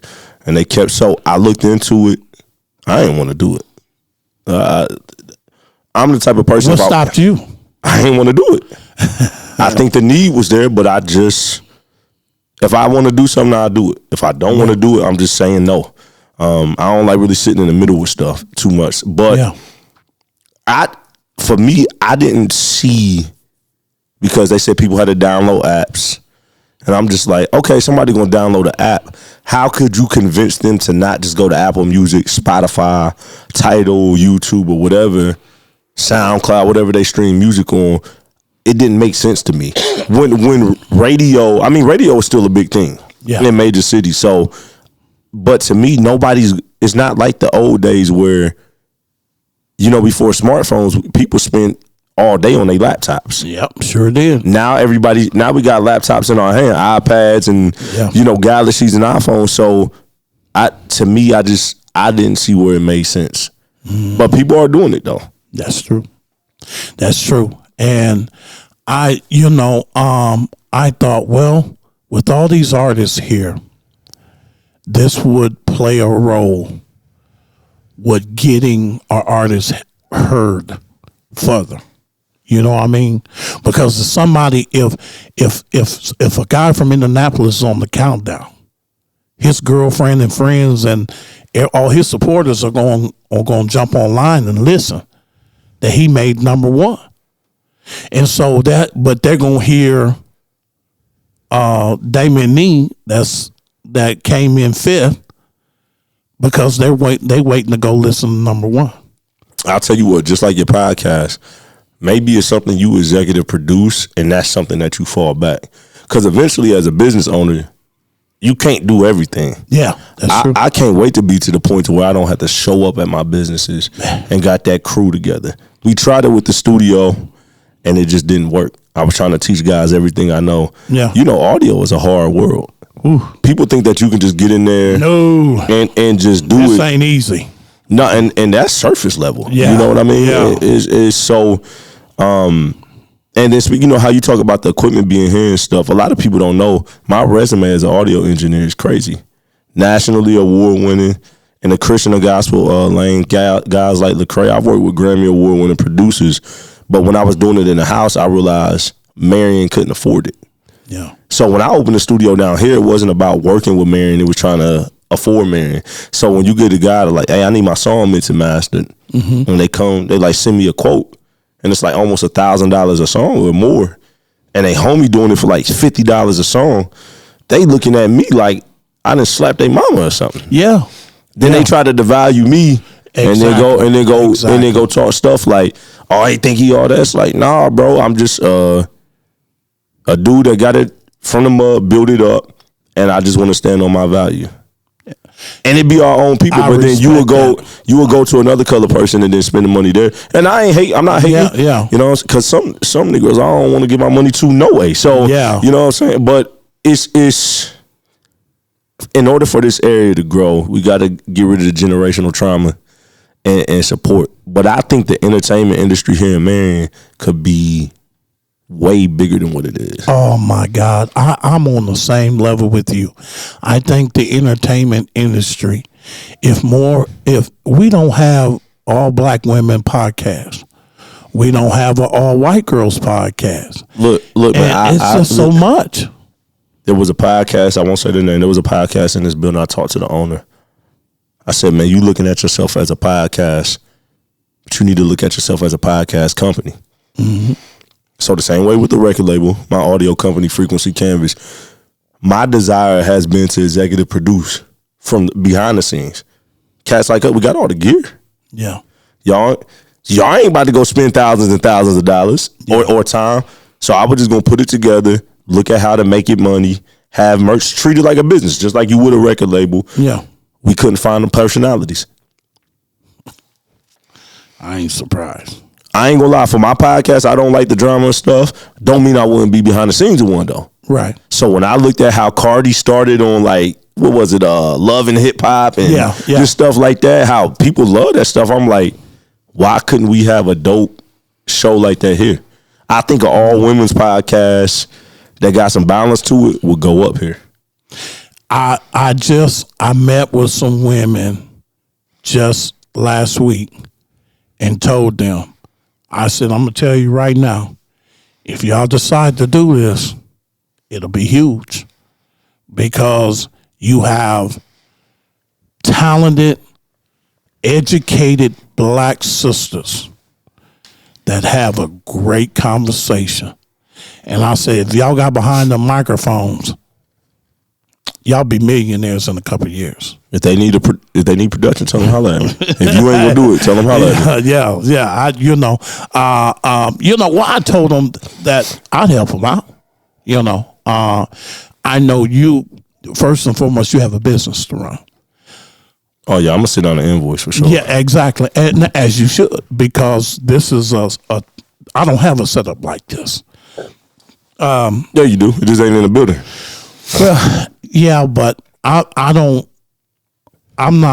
have it as a business. You know what I mean? Like the podcast, yeah. I see them short SM57s y'all use. I see the quick. When I watch your video, I look in the room. He got A, B, C. I see it. Yeah, I tell people, they like, well, I need to get one of them, and then when I tell them what the price is for them, they like, what? I'm like, yeah, these $400 or $500 microphones. Well, the reason for people still listening and hanging around, if you're going to start a podcast, I didn't know, so I was intimidated getting into the media space. I was challenged at the end of 24 to expand the business. Like, yeah, you a music dude, you an audio dude, but you need to add marketing and branding. Like, you're great at that. And so my business coach was like, yo, if you do B2B marketing services, and media is included in that, so I start adding up. Okay, this camera, and I don't like rig stuff. I don't like low quality. I'm a premium dude. So if I'm gonna do something, I'm gonna look at the best. Do it with the best. I'm gonna look at my budget, and I'm gonna try to get the best of what I can. And if I can't, I'm gonna just wait. Yeah, I don't like half-assing stuff. Excuse my French. You know what I'm saying? And so, I added the numbers up. Didn't want to, and it was right before Christmas too. I'm like, man, I don't want to do this. So start figuring out ways, and I will say, man, it was probably one of the best decisions. I didn't want to do it, but it was a great decision.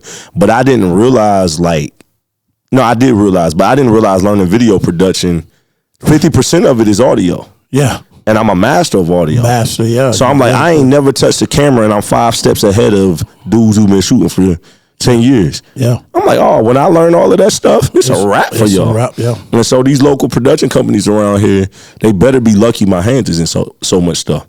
Because somebody going to have to go get a job if I was doing it as much as they are. But you know what I love about this? When I walked through here, coming to this interview, and I saw them rooms, there are 3 black that do audio and video production, and we are the best at it.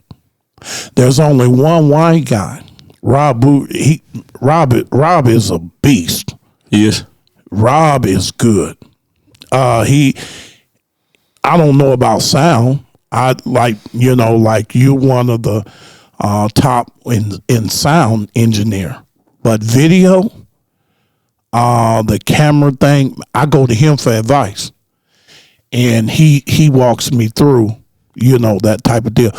But production and video editing and stuff like that, man, it's 3 brothers that's running the market. And because, I'm real good at video editing. I do commercials. You know where I make a lot of my money at? I do commercials for car dealerships. Not here in town. Do you want to shout the brothers out, or you prefer not to say it? Prefer not to, because let me tell you. Okay. Let me tell you why. Because the haters will call those car lots. Hey, don't do business with Ed Bounds. These people look purposely to try to find where my money pit is so they can take it from me. Okay. Because no car dealerships around here will deal with me. And that's okay. Because I done expanded out, and I'm getting calls from people in Fort Wayne now. And those little short video clips that they're putting on TikTok and everything of what they're offering, what they got this scat pack and that, this and that, they do it. I tell them, look, if I come up there and film it, we're going to run the bill up.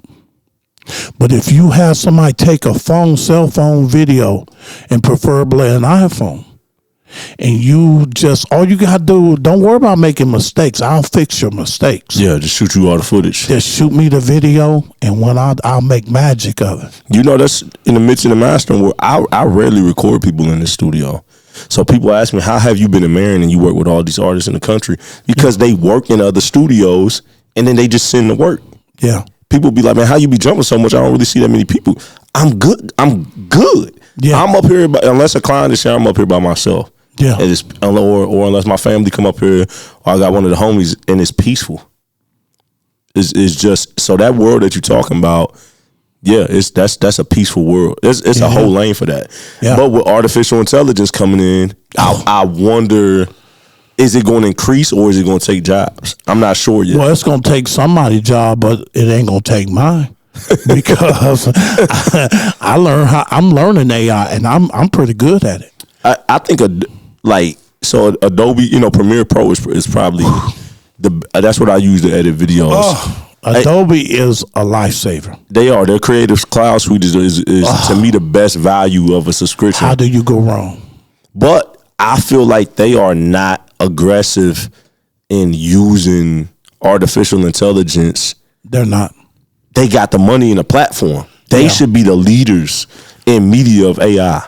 Eventually, they'll come out with something. I guarantee it. Well, they had the AI podcast. That was kind of like the first thing that they did. But outside of that, it's not really like a lot of AI video editing. Photoshop got a lot of good stuff. Yeah.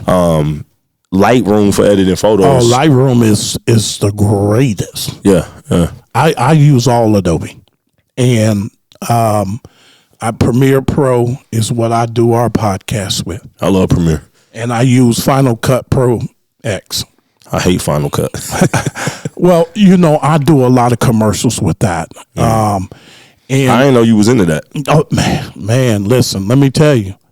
I got a lot of I got business all the way up in Jeffersonville, Indiana. Yeah.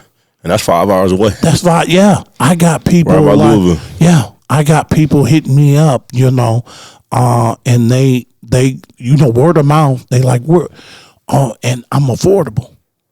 So that's why I get a lot of calls, because I'm affordable.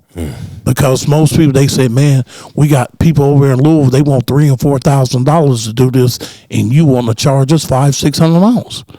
I'm like, yeah, just send what you got.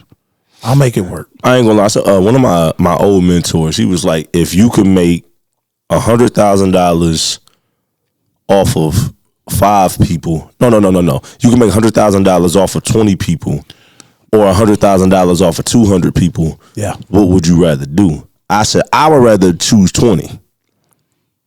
And he said he would rather choose 200. So I mean, there's different ways to skin a cat. But if you only got 20 people, you charging them people $5,000 an account versus 200 people at 5. When you got 200 people, you start getting relaxed. You start making mistakes because you're overwhelming yourself. That's a lot. It's a lot. But if you got 20, I'm gonna take the approach you took. I'm gonna take that 20 because I don't need a whole lot of money to survive. You know what I'm saying? My bills is paid. I'm not broke. They're paid. You ain't got no disconnect notice on me. So I take the 20 and I still got some money in my pocket. Now, if 21, 22 pop up, all right, I'll go ahead and take that. But 200, that's a little too much. Yeah. You got to have some time to enjoy the money. But some people will rather take that approach of like, the more clientele I got. Yeah. And they'll mess their company up that way because you're going to make a lot of mistakes. And you can't handle the workload. You can't handle the workload. Yeah. So that's what happens. So now you done pissed a lot of people off. Now your name out here messed up. And there's a lot of people like that. Exactly. So I just would rather take the 20 and just be able to give you, quality instead of the quantity. Yeah. Because the quality is going to keep them 20 coming back. That's a lot of money out here. It's a lot of money out here. It's a lot of money. I'm gonna selfishly ask you this, man, before we wrap up, man. We approaching almost 2 hours, man. This has been a dope episode. I'm gonna ask this selfishly for myself. I didn't launch this podcast to make money. I just did it because I love it. Yeah. I love running my mouth and I love adding value to people. Me too. Yeah. So I did it like that. But if I wanted to go down a rabbit hole of to start making money, what would your advice be based off of what you've seen? So man, let me tell you, Spotify pays really good. Facebook, they pay pretty good. They're paying more. And in my opinion, they're paying more than YouTube. They should. They do. Yeah. They got one of the biggest platforms. Yeah, and they got the payout thing, and so that would be the route to go, is to stick between Facebook, Spotify, and Apple. Stay between the iHeart. We can't forget about iHeart. I'm hearing some big things. I'm going to throw us in the iHeart hat. Oh, y'all not on there? No, we going to get put on there. So for your podcast, do you distribute the audio? Yes. Okay. Yeah. So yeah, you got to get on there. I thought you were on there. No, we're not on iHeart. I'm going to get us on there. Go through Buzzsprout, BUZZ.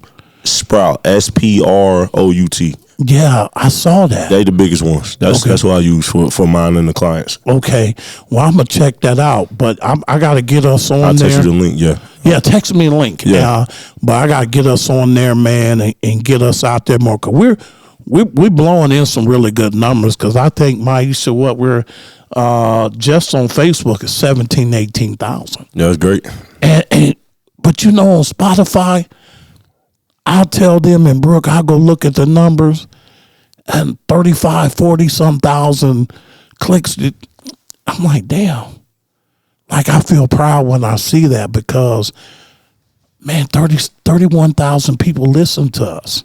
That's crazy. And I'm like, wow. And it'd be so exciting. Because we got one episode, it's in the 70s. And I'm like, wow, man, like Spotify is where it's at, bro. Yeah, it's where it's at.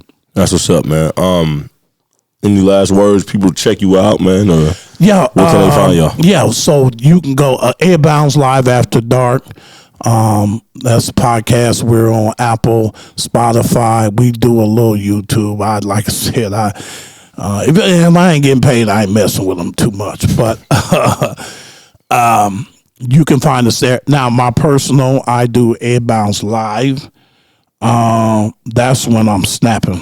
So if you you go follow me and I'm on there snapping, and I done talked about somebody mama or somebody daddy or something, you know, that's where you can come on there and check me out because I'm gonna stand up for you. You know, I like the bullies. I like the bullies. What have you think about some of the episodes from the podcast that you've seen? I know you've seen Kyle's Slays. I don't know if you watched any other ones, but that's the vibe. That's the vibe of what I do.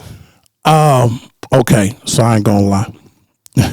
Me and Maisha we was laughing about this earlier, but so the Slays is my favorite.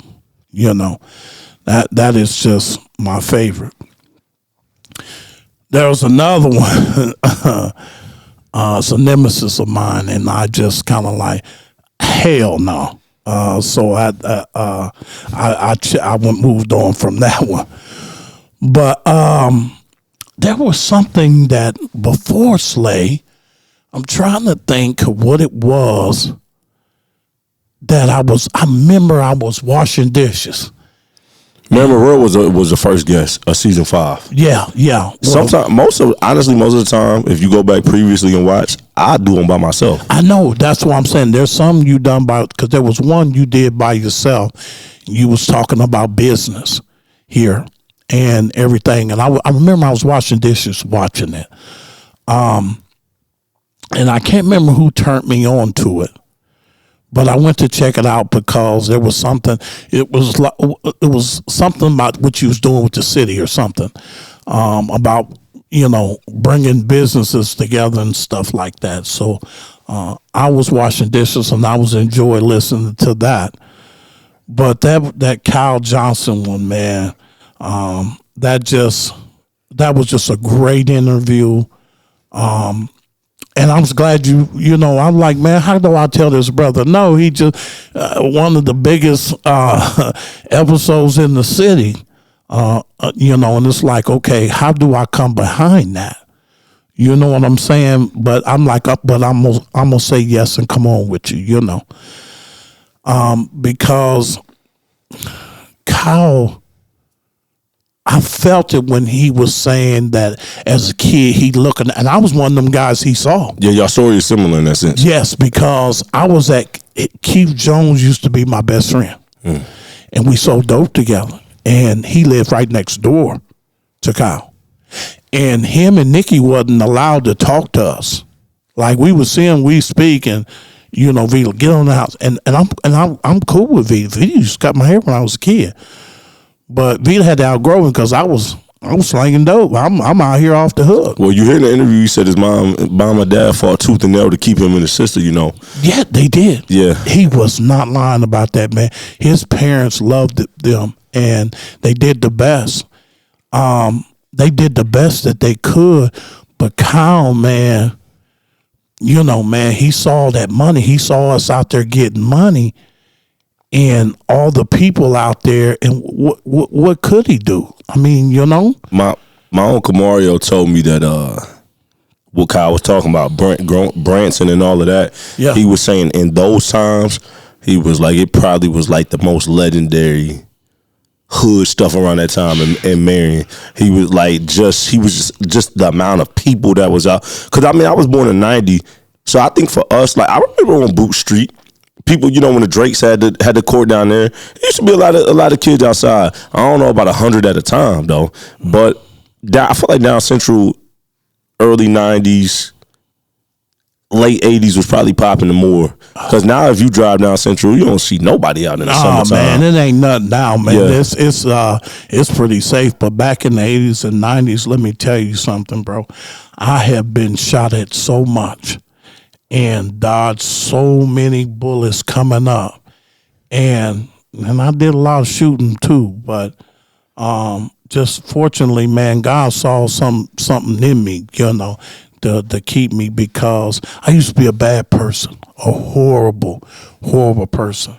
And I done some stuff when I lived in Michigan and Chicago. And you live in Chirac? Yeah. I ran away when I was like 16. What was that like? How long was you there?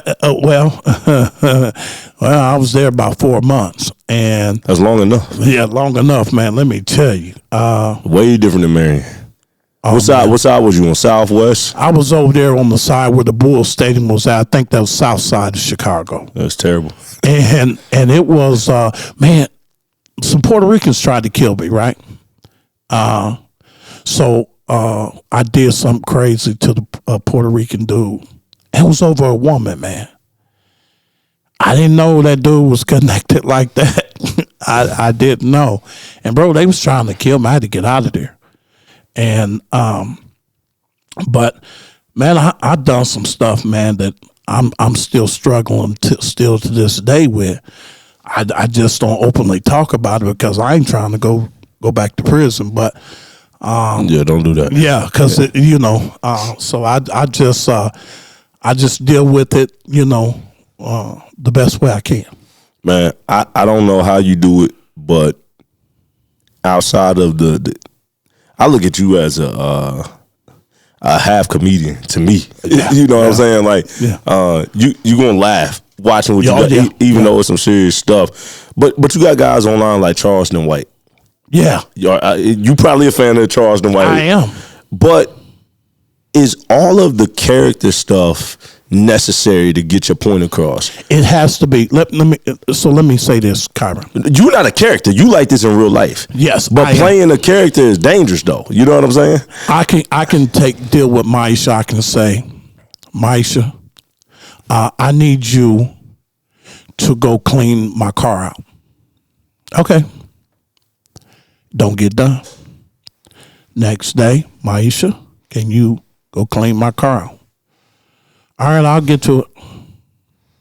Okay, now the third time I'm going to ask you, I'm pissed because I already done said something to you twice, and I said it nicely. So now I got to come, hey man, the hell wrong with you? You know, clean my car. You know, you're supposed to be my friend. And now I'm talking crazy. Now she go do it. It took controversy just to get you to clean my car. So I tell people all the time, sometimes you got to thump a frog on the back of his ass to get him hot. You know what I'm saying?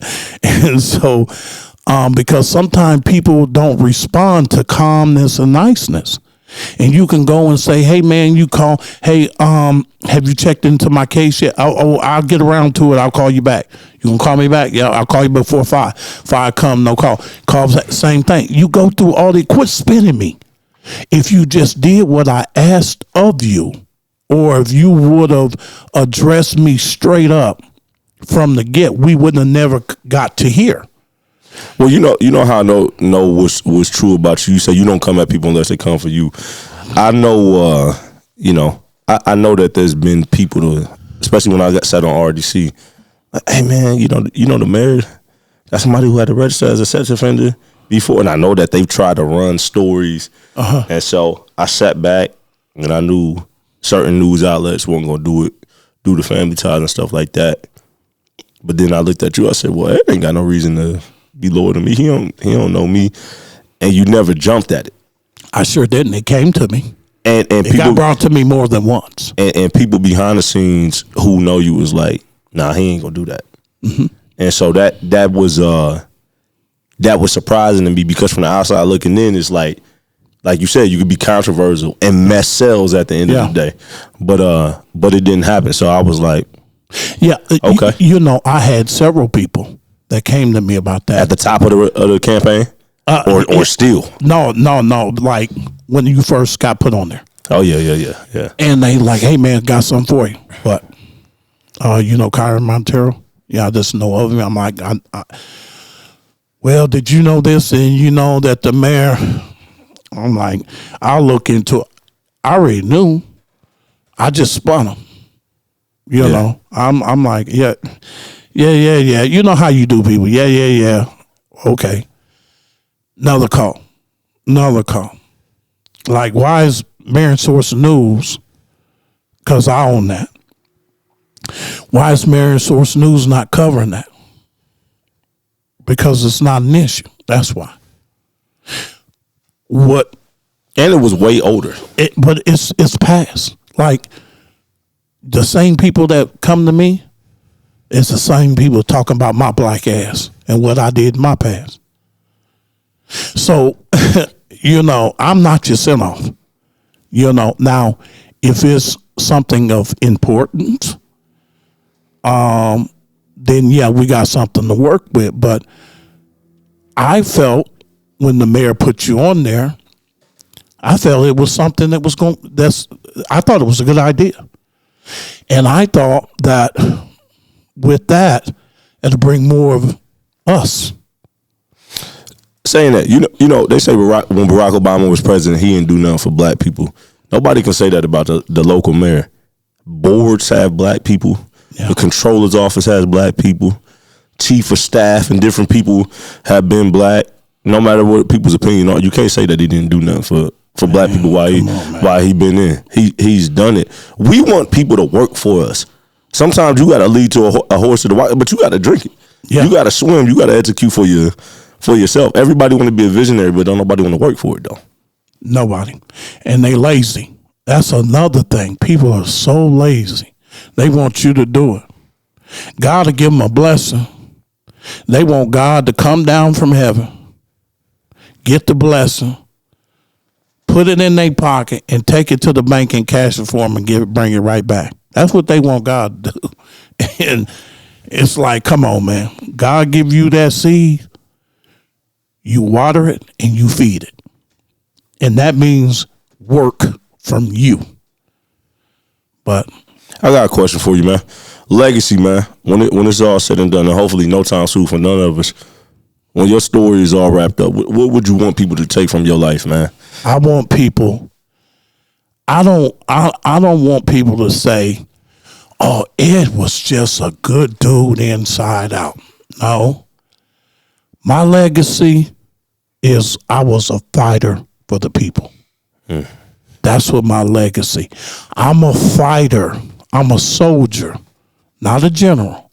I'm a soldier for all of us out here.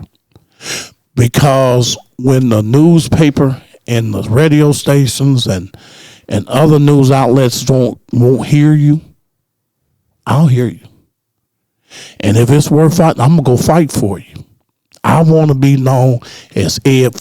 Ed was that person that we could go to get out there and fight for us. That's what's up, man. You got a round of applause for that, man.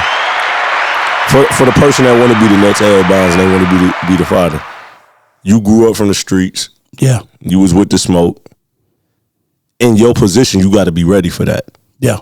So for the people that want to be like you, but they not ready for what come behind it, what do you say to them? Because you got to be ready for the smoke at what you do, your approach. You listen. Go all gas, no brakes. All gas, no brakes. The next person it's crazy that this is coming up. See, this is God right here, see? Because this is something I kept to myself up until right now. The next person that I hope is not a guy. She's sitting right there in that chair. Because she ain't gonna show her face or voice, but it's all right though. Yes, she is. Come here. Yeah, she gonna show her face. Come here. So this is. Can the camera see her? Should be able to. Yeah. So this young lady, I tell her all the time.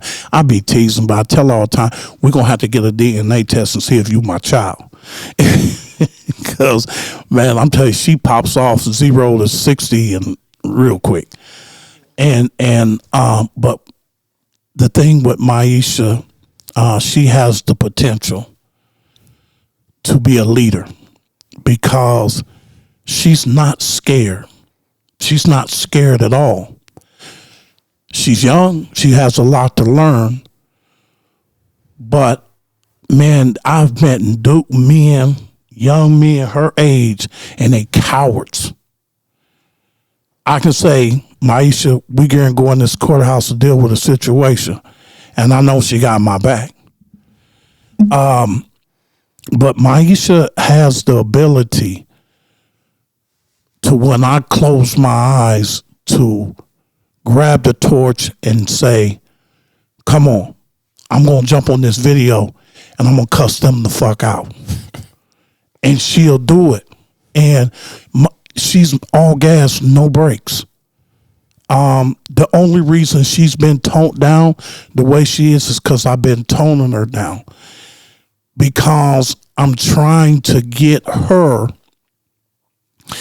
to where she can be able to walk into the mayor's office, to where she can be able to walk in a judge's office. I can do these things. It ain't a judge over there. It's only one judge over there that I can't go in his office. But he don't want me in his office because I've been on his top too much because he been doing wrong over there. But the majority, I can go in their office talk to the prosecutor. I can go in their office talk to them. County commissioners, county councilmen, they'll meet with me. So if I can get her in that position to where they will say, oh, okay, we can sit down and have a conversation with Maisha. That's where the work comes in. The fighting work is already, it's already there. She's a fighter. And so this is who I hope be the next, she can't be Petty Eddie, but she can't be Petty Betty, but she can be she can be Petty Maisha. But no, she's a really good kid, man. Her daughter that she got here with her, she's a beautiful little kid. And Maisha been through some stuff coming up, and I have a lot of high hopes because they asked me, said, what's gonna happen with the podcast when you go? And I said, well, I'm working on that. I got to pencil some stuff in and work on that because, bro, we don't have nobody standing up. We don't have nobody. I'm that one. I'm that one that's not scared. So basically, what I'm hearing from you is beyond. It almost reminds me, like I said, similar to Charleston White. Yeah. Because Charleston White, when King Von died, he came out. Yeah. And was, I ain't gonna lie, I was like, yo, this dude gonna kill him. I was like, but getting past all of the stuff that he does, I don't like all of his approaches, but there's something serious to what he's saying. So past all of your, the entertainment and the jokes and all of that, at the meat of it, you standing on something. Yeah. And I understand that more. You sitting right here, I understand that I can watch your content and listen to you with more clarity. Yeah. I thought Charleston White was a clown at first. I'm like, oh, we just got another We got another dude online just chasing clout. That dude got money. Oh, 100%. He got money. Yeah, 100%. M's. And yeah, millions. I agree. You know what, Maisha funny. Like, we was in the studio and we was talking and we was doing a podcast and she was like, oh no, you just can't, oh, I thought you said something. You can't just let any man just shoot up the club. Like, shoot the club? What are you talking about? She talking about Ronaldo. yo, hey, bro, listen, I'm 53 years old. Hey, that's been around for a while though. Kyren, man. Sometimes now, what you did? Juicy J. Listen, I didn't tell you. I'm you was incarcerated. Yeah, I was slow. So you know, yeah, that's where that what you call that I don't know. It's something. I used to have to take Ritalin. But I didn't never hear it before. But see, there go y'all young ones. Y'all know. And I'm 35. How old are you? I'm 29. 29. Oh, okay, she ain't far. Yeah. So when she said that, man, I fell out. I'm like, and now I use it. I would tell you this though, like what he's saying is right though, as far as like toning down. Because like I hide it well, yeah, but I got a terrible temper, and we all can. And I've done things where definitely could have got locked up because I lost control. So toning it down will put you in some rooms, definitely, and we need more black women like that. Yes. So please keep it cool so we can have you out here. And she's doing a really good job. Yeah, we friends on Facebook, you know. Oh, okay. Yeah. So you see it. You see what I'm saying. But man, there's somebody that was in her life that just was just on some straight bullshit, bro. And he had a little power, a little pull, and it was making it run. I'm like, nah, I came in. I'm like, nah, we shutting that down. And so, I understand. I've been through a lot. And so when she asked me to go to this and go to that with her, I go. Because it's important that our black men show up for our sisters. 100%. And it's very important because you don't know how big she can blow up after I'm gone. Or while you here. Or while I'm here. Yeah, that's true. You ain't got to be gone. Yeah. You can live to see it. Yeah, I mean, well, with the way I'm acting with these women, man, bro, I would probably sooner than later if I don't set my ass down. Go ahead and sit down then. So, yeah. Man, well, it's been... I don't know if I can reach your hand. Man. Yeah, man. Hey, it's strong too, man. You got that OG strength. But I used to lift weights and listen in prison. That's all I did. Man, well, I definitely appreciate you coming on and with your platform too, man. With the artists and music and stuff. If it's people that's respectful and they ain't on and they ain't fake, I'll help them. No, what I'm saying is your platform could be you got as far as podcasts. To my knowledge, you got the biggest platform. Yeah. You know what I'm saying? Yeah. So even if it's just like, I'm sure you listen to rap. Yeah. Yeah, rapping probably R&B. So like, she know what's hot, she know what's relevant, even songs and all of that. Like, we need the outlets. Now I'm gonna say this one last thing, and I ain't trying to be funny. Everybody don't need to do a podcast. No, man. Now listen, let me tell you, podcasting ain't for everybody. It's a real skill set. Yeah. Listen, bro, it ain't for everybody. There's a new one that come out, and I helped them with equipment and stuff. You talking about feelings ain't facts? Yes. Yeah, they shout you out. Yeah, shout out to Brian. I know Brian. And man, they got a good thing going. And when they start, I helped them get started with the equipment and stuff. And Brian used to do music. He actually used to do Christian hip hop back in the day. That's how I know him. Yeah. He been through some stuff for sure. But salute to him. And so he's doing great, man. Him and his co-hosts, and I really like what they're doing. Podcast in Gas City with Conrad. You talking about Garage Talk? Garage. I don't know. I don't know them personally, but I've heard the name. Yeah, they mainly Gas City. You know, but they're doing some pretty good things. There's another cat here in the city too, Ronald Wills. I try to encourage him to get going. There's a few. I honestly, I told Slay that he need to get something going. Man, I told Slay to do a documentary. Hey man, hey listen. I think I told him on the episode to do one. Yeah, I think you did too. I'll be first one with a camera help trying to film that demonstration, cause man, he have a story. Story sell.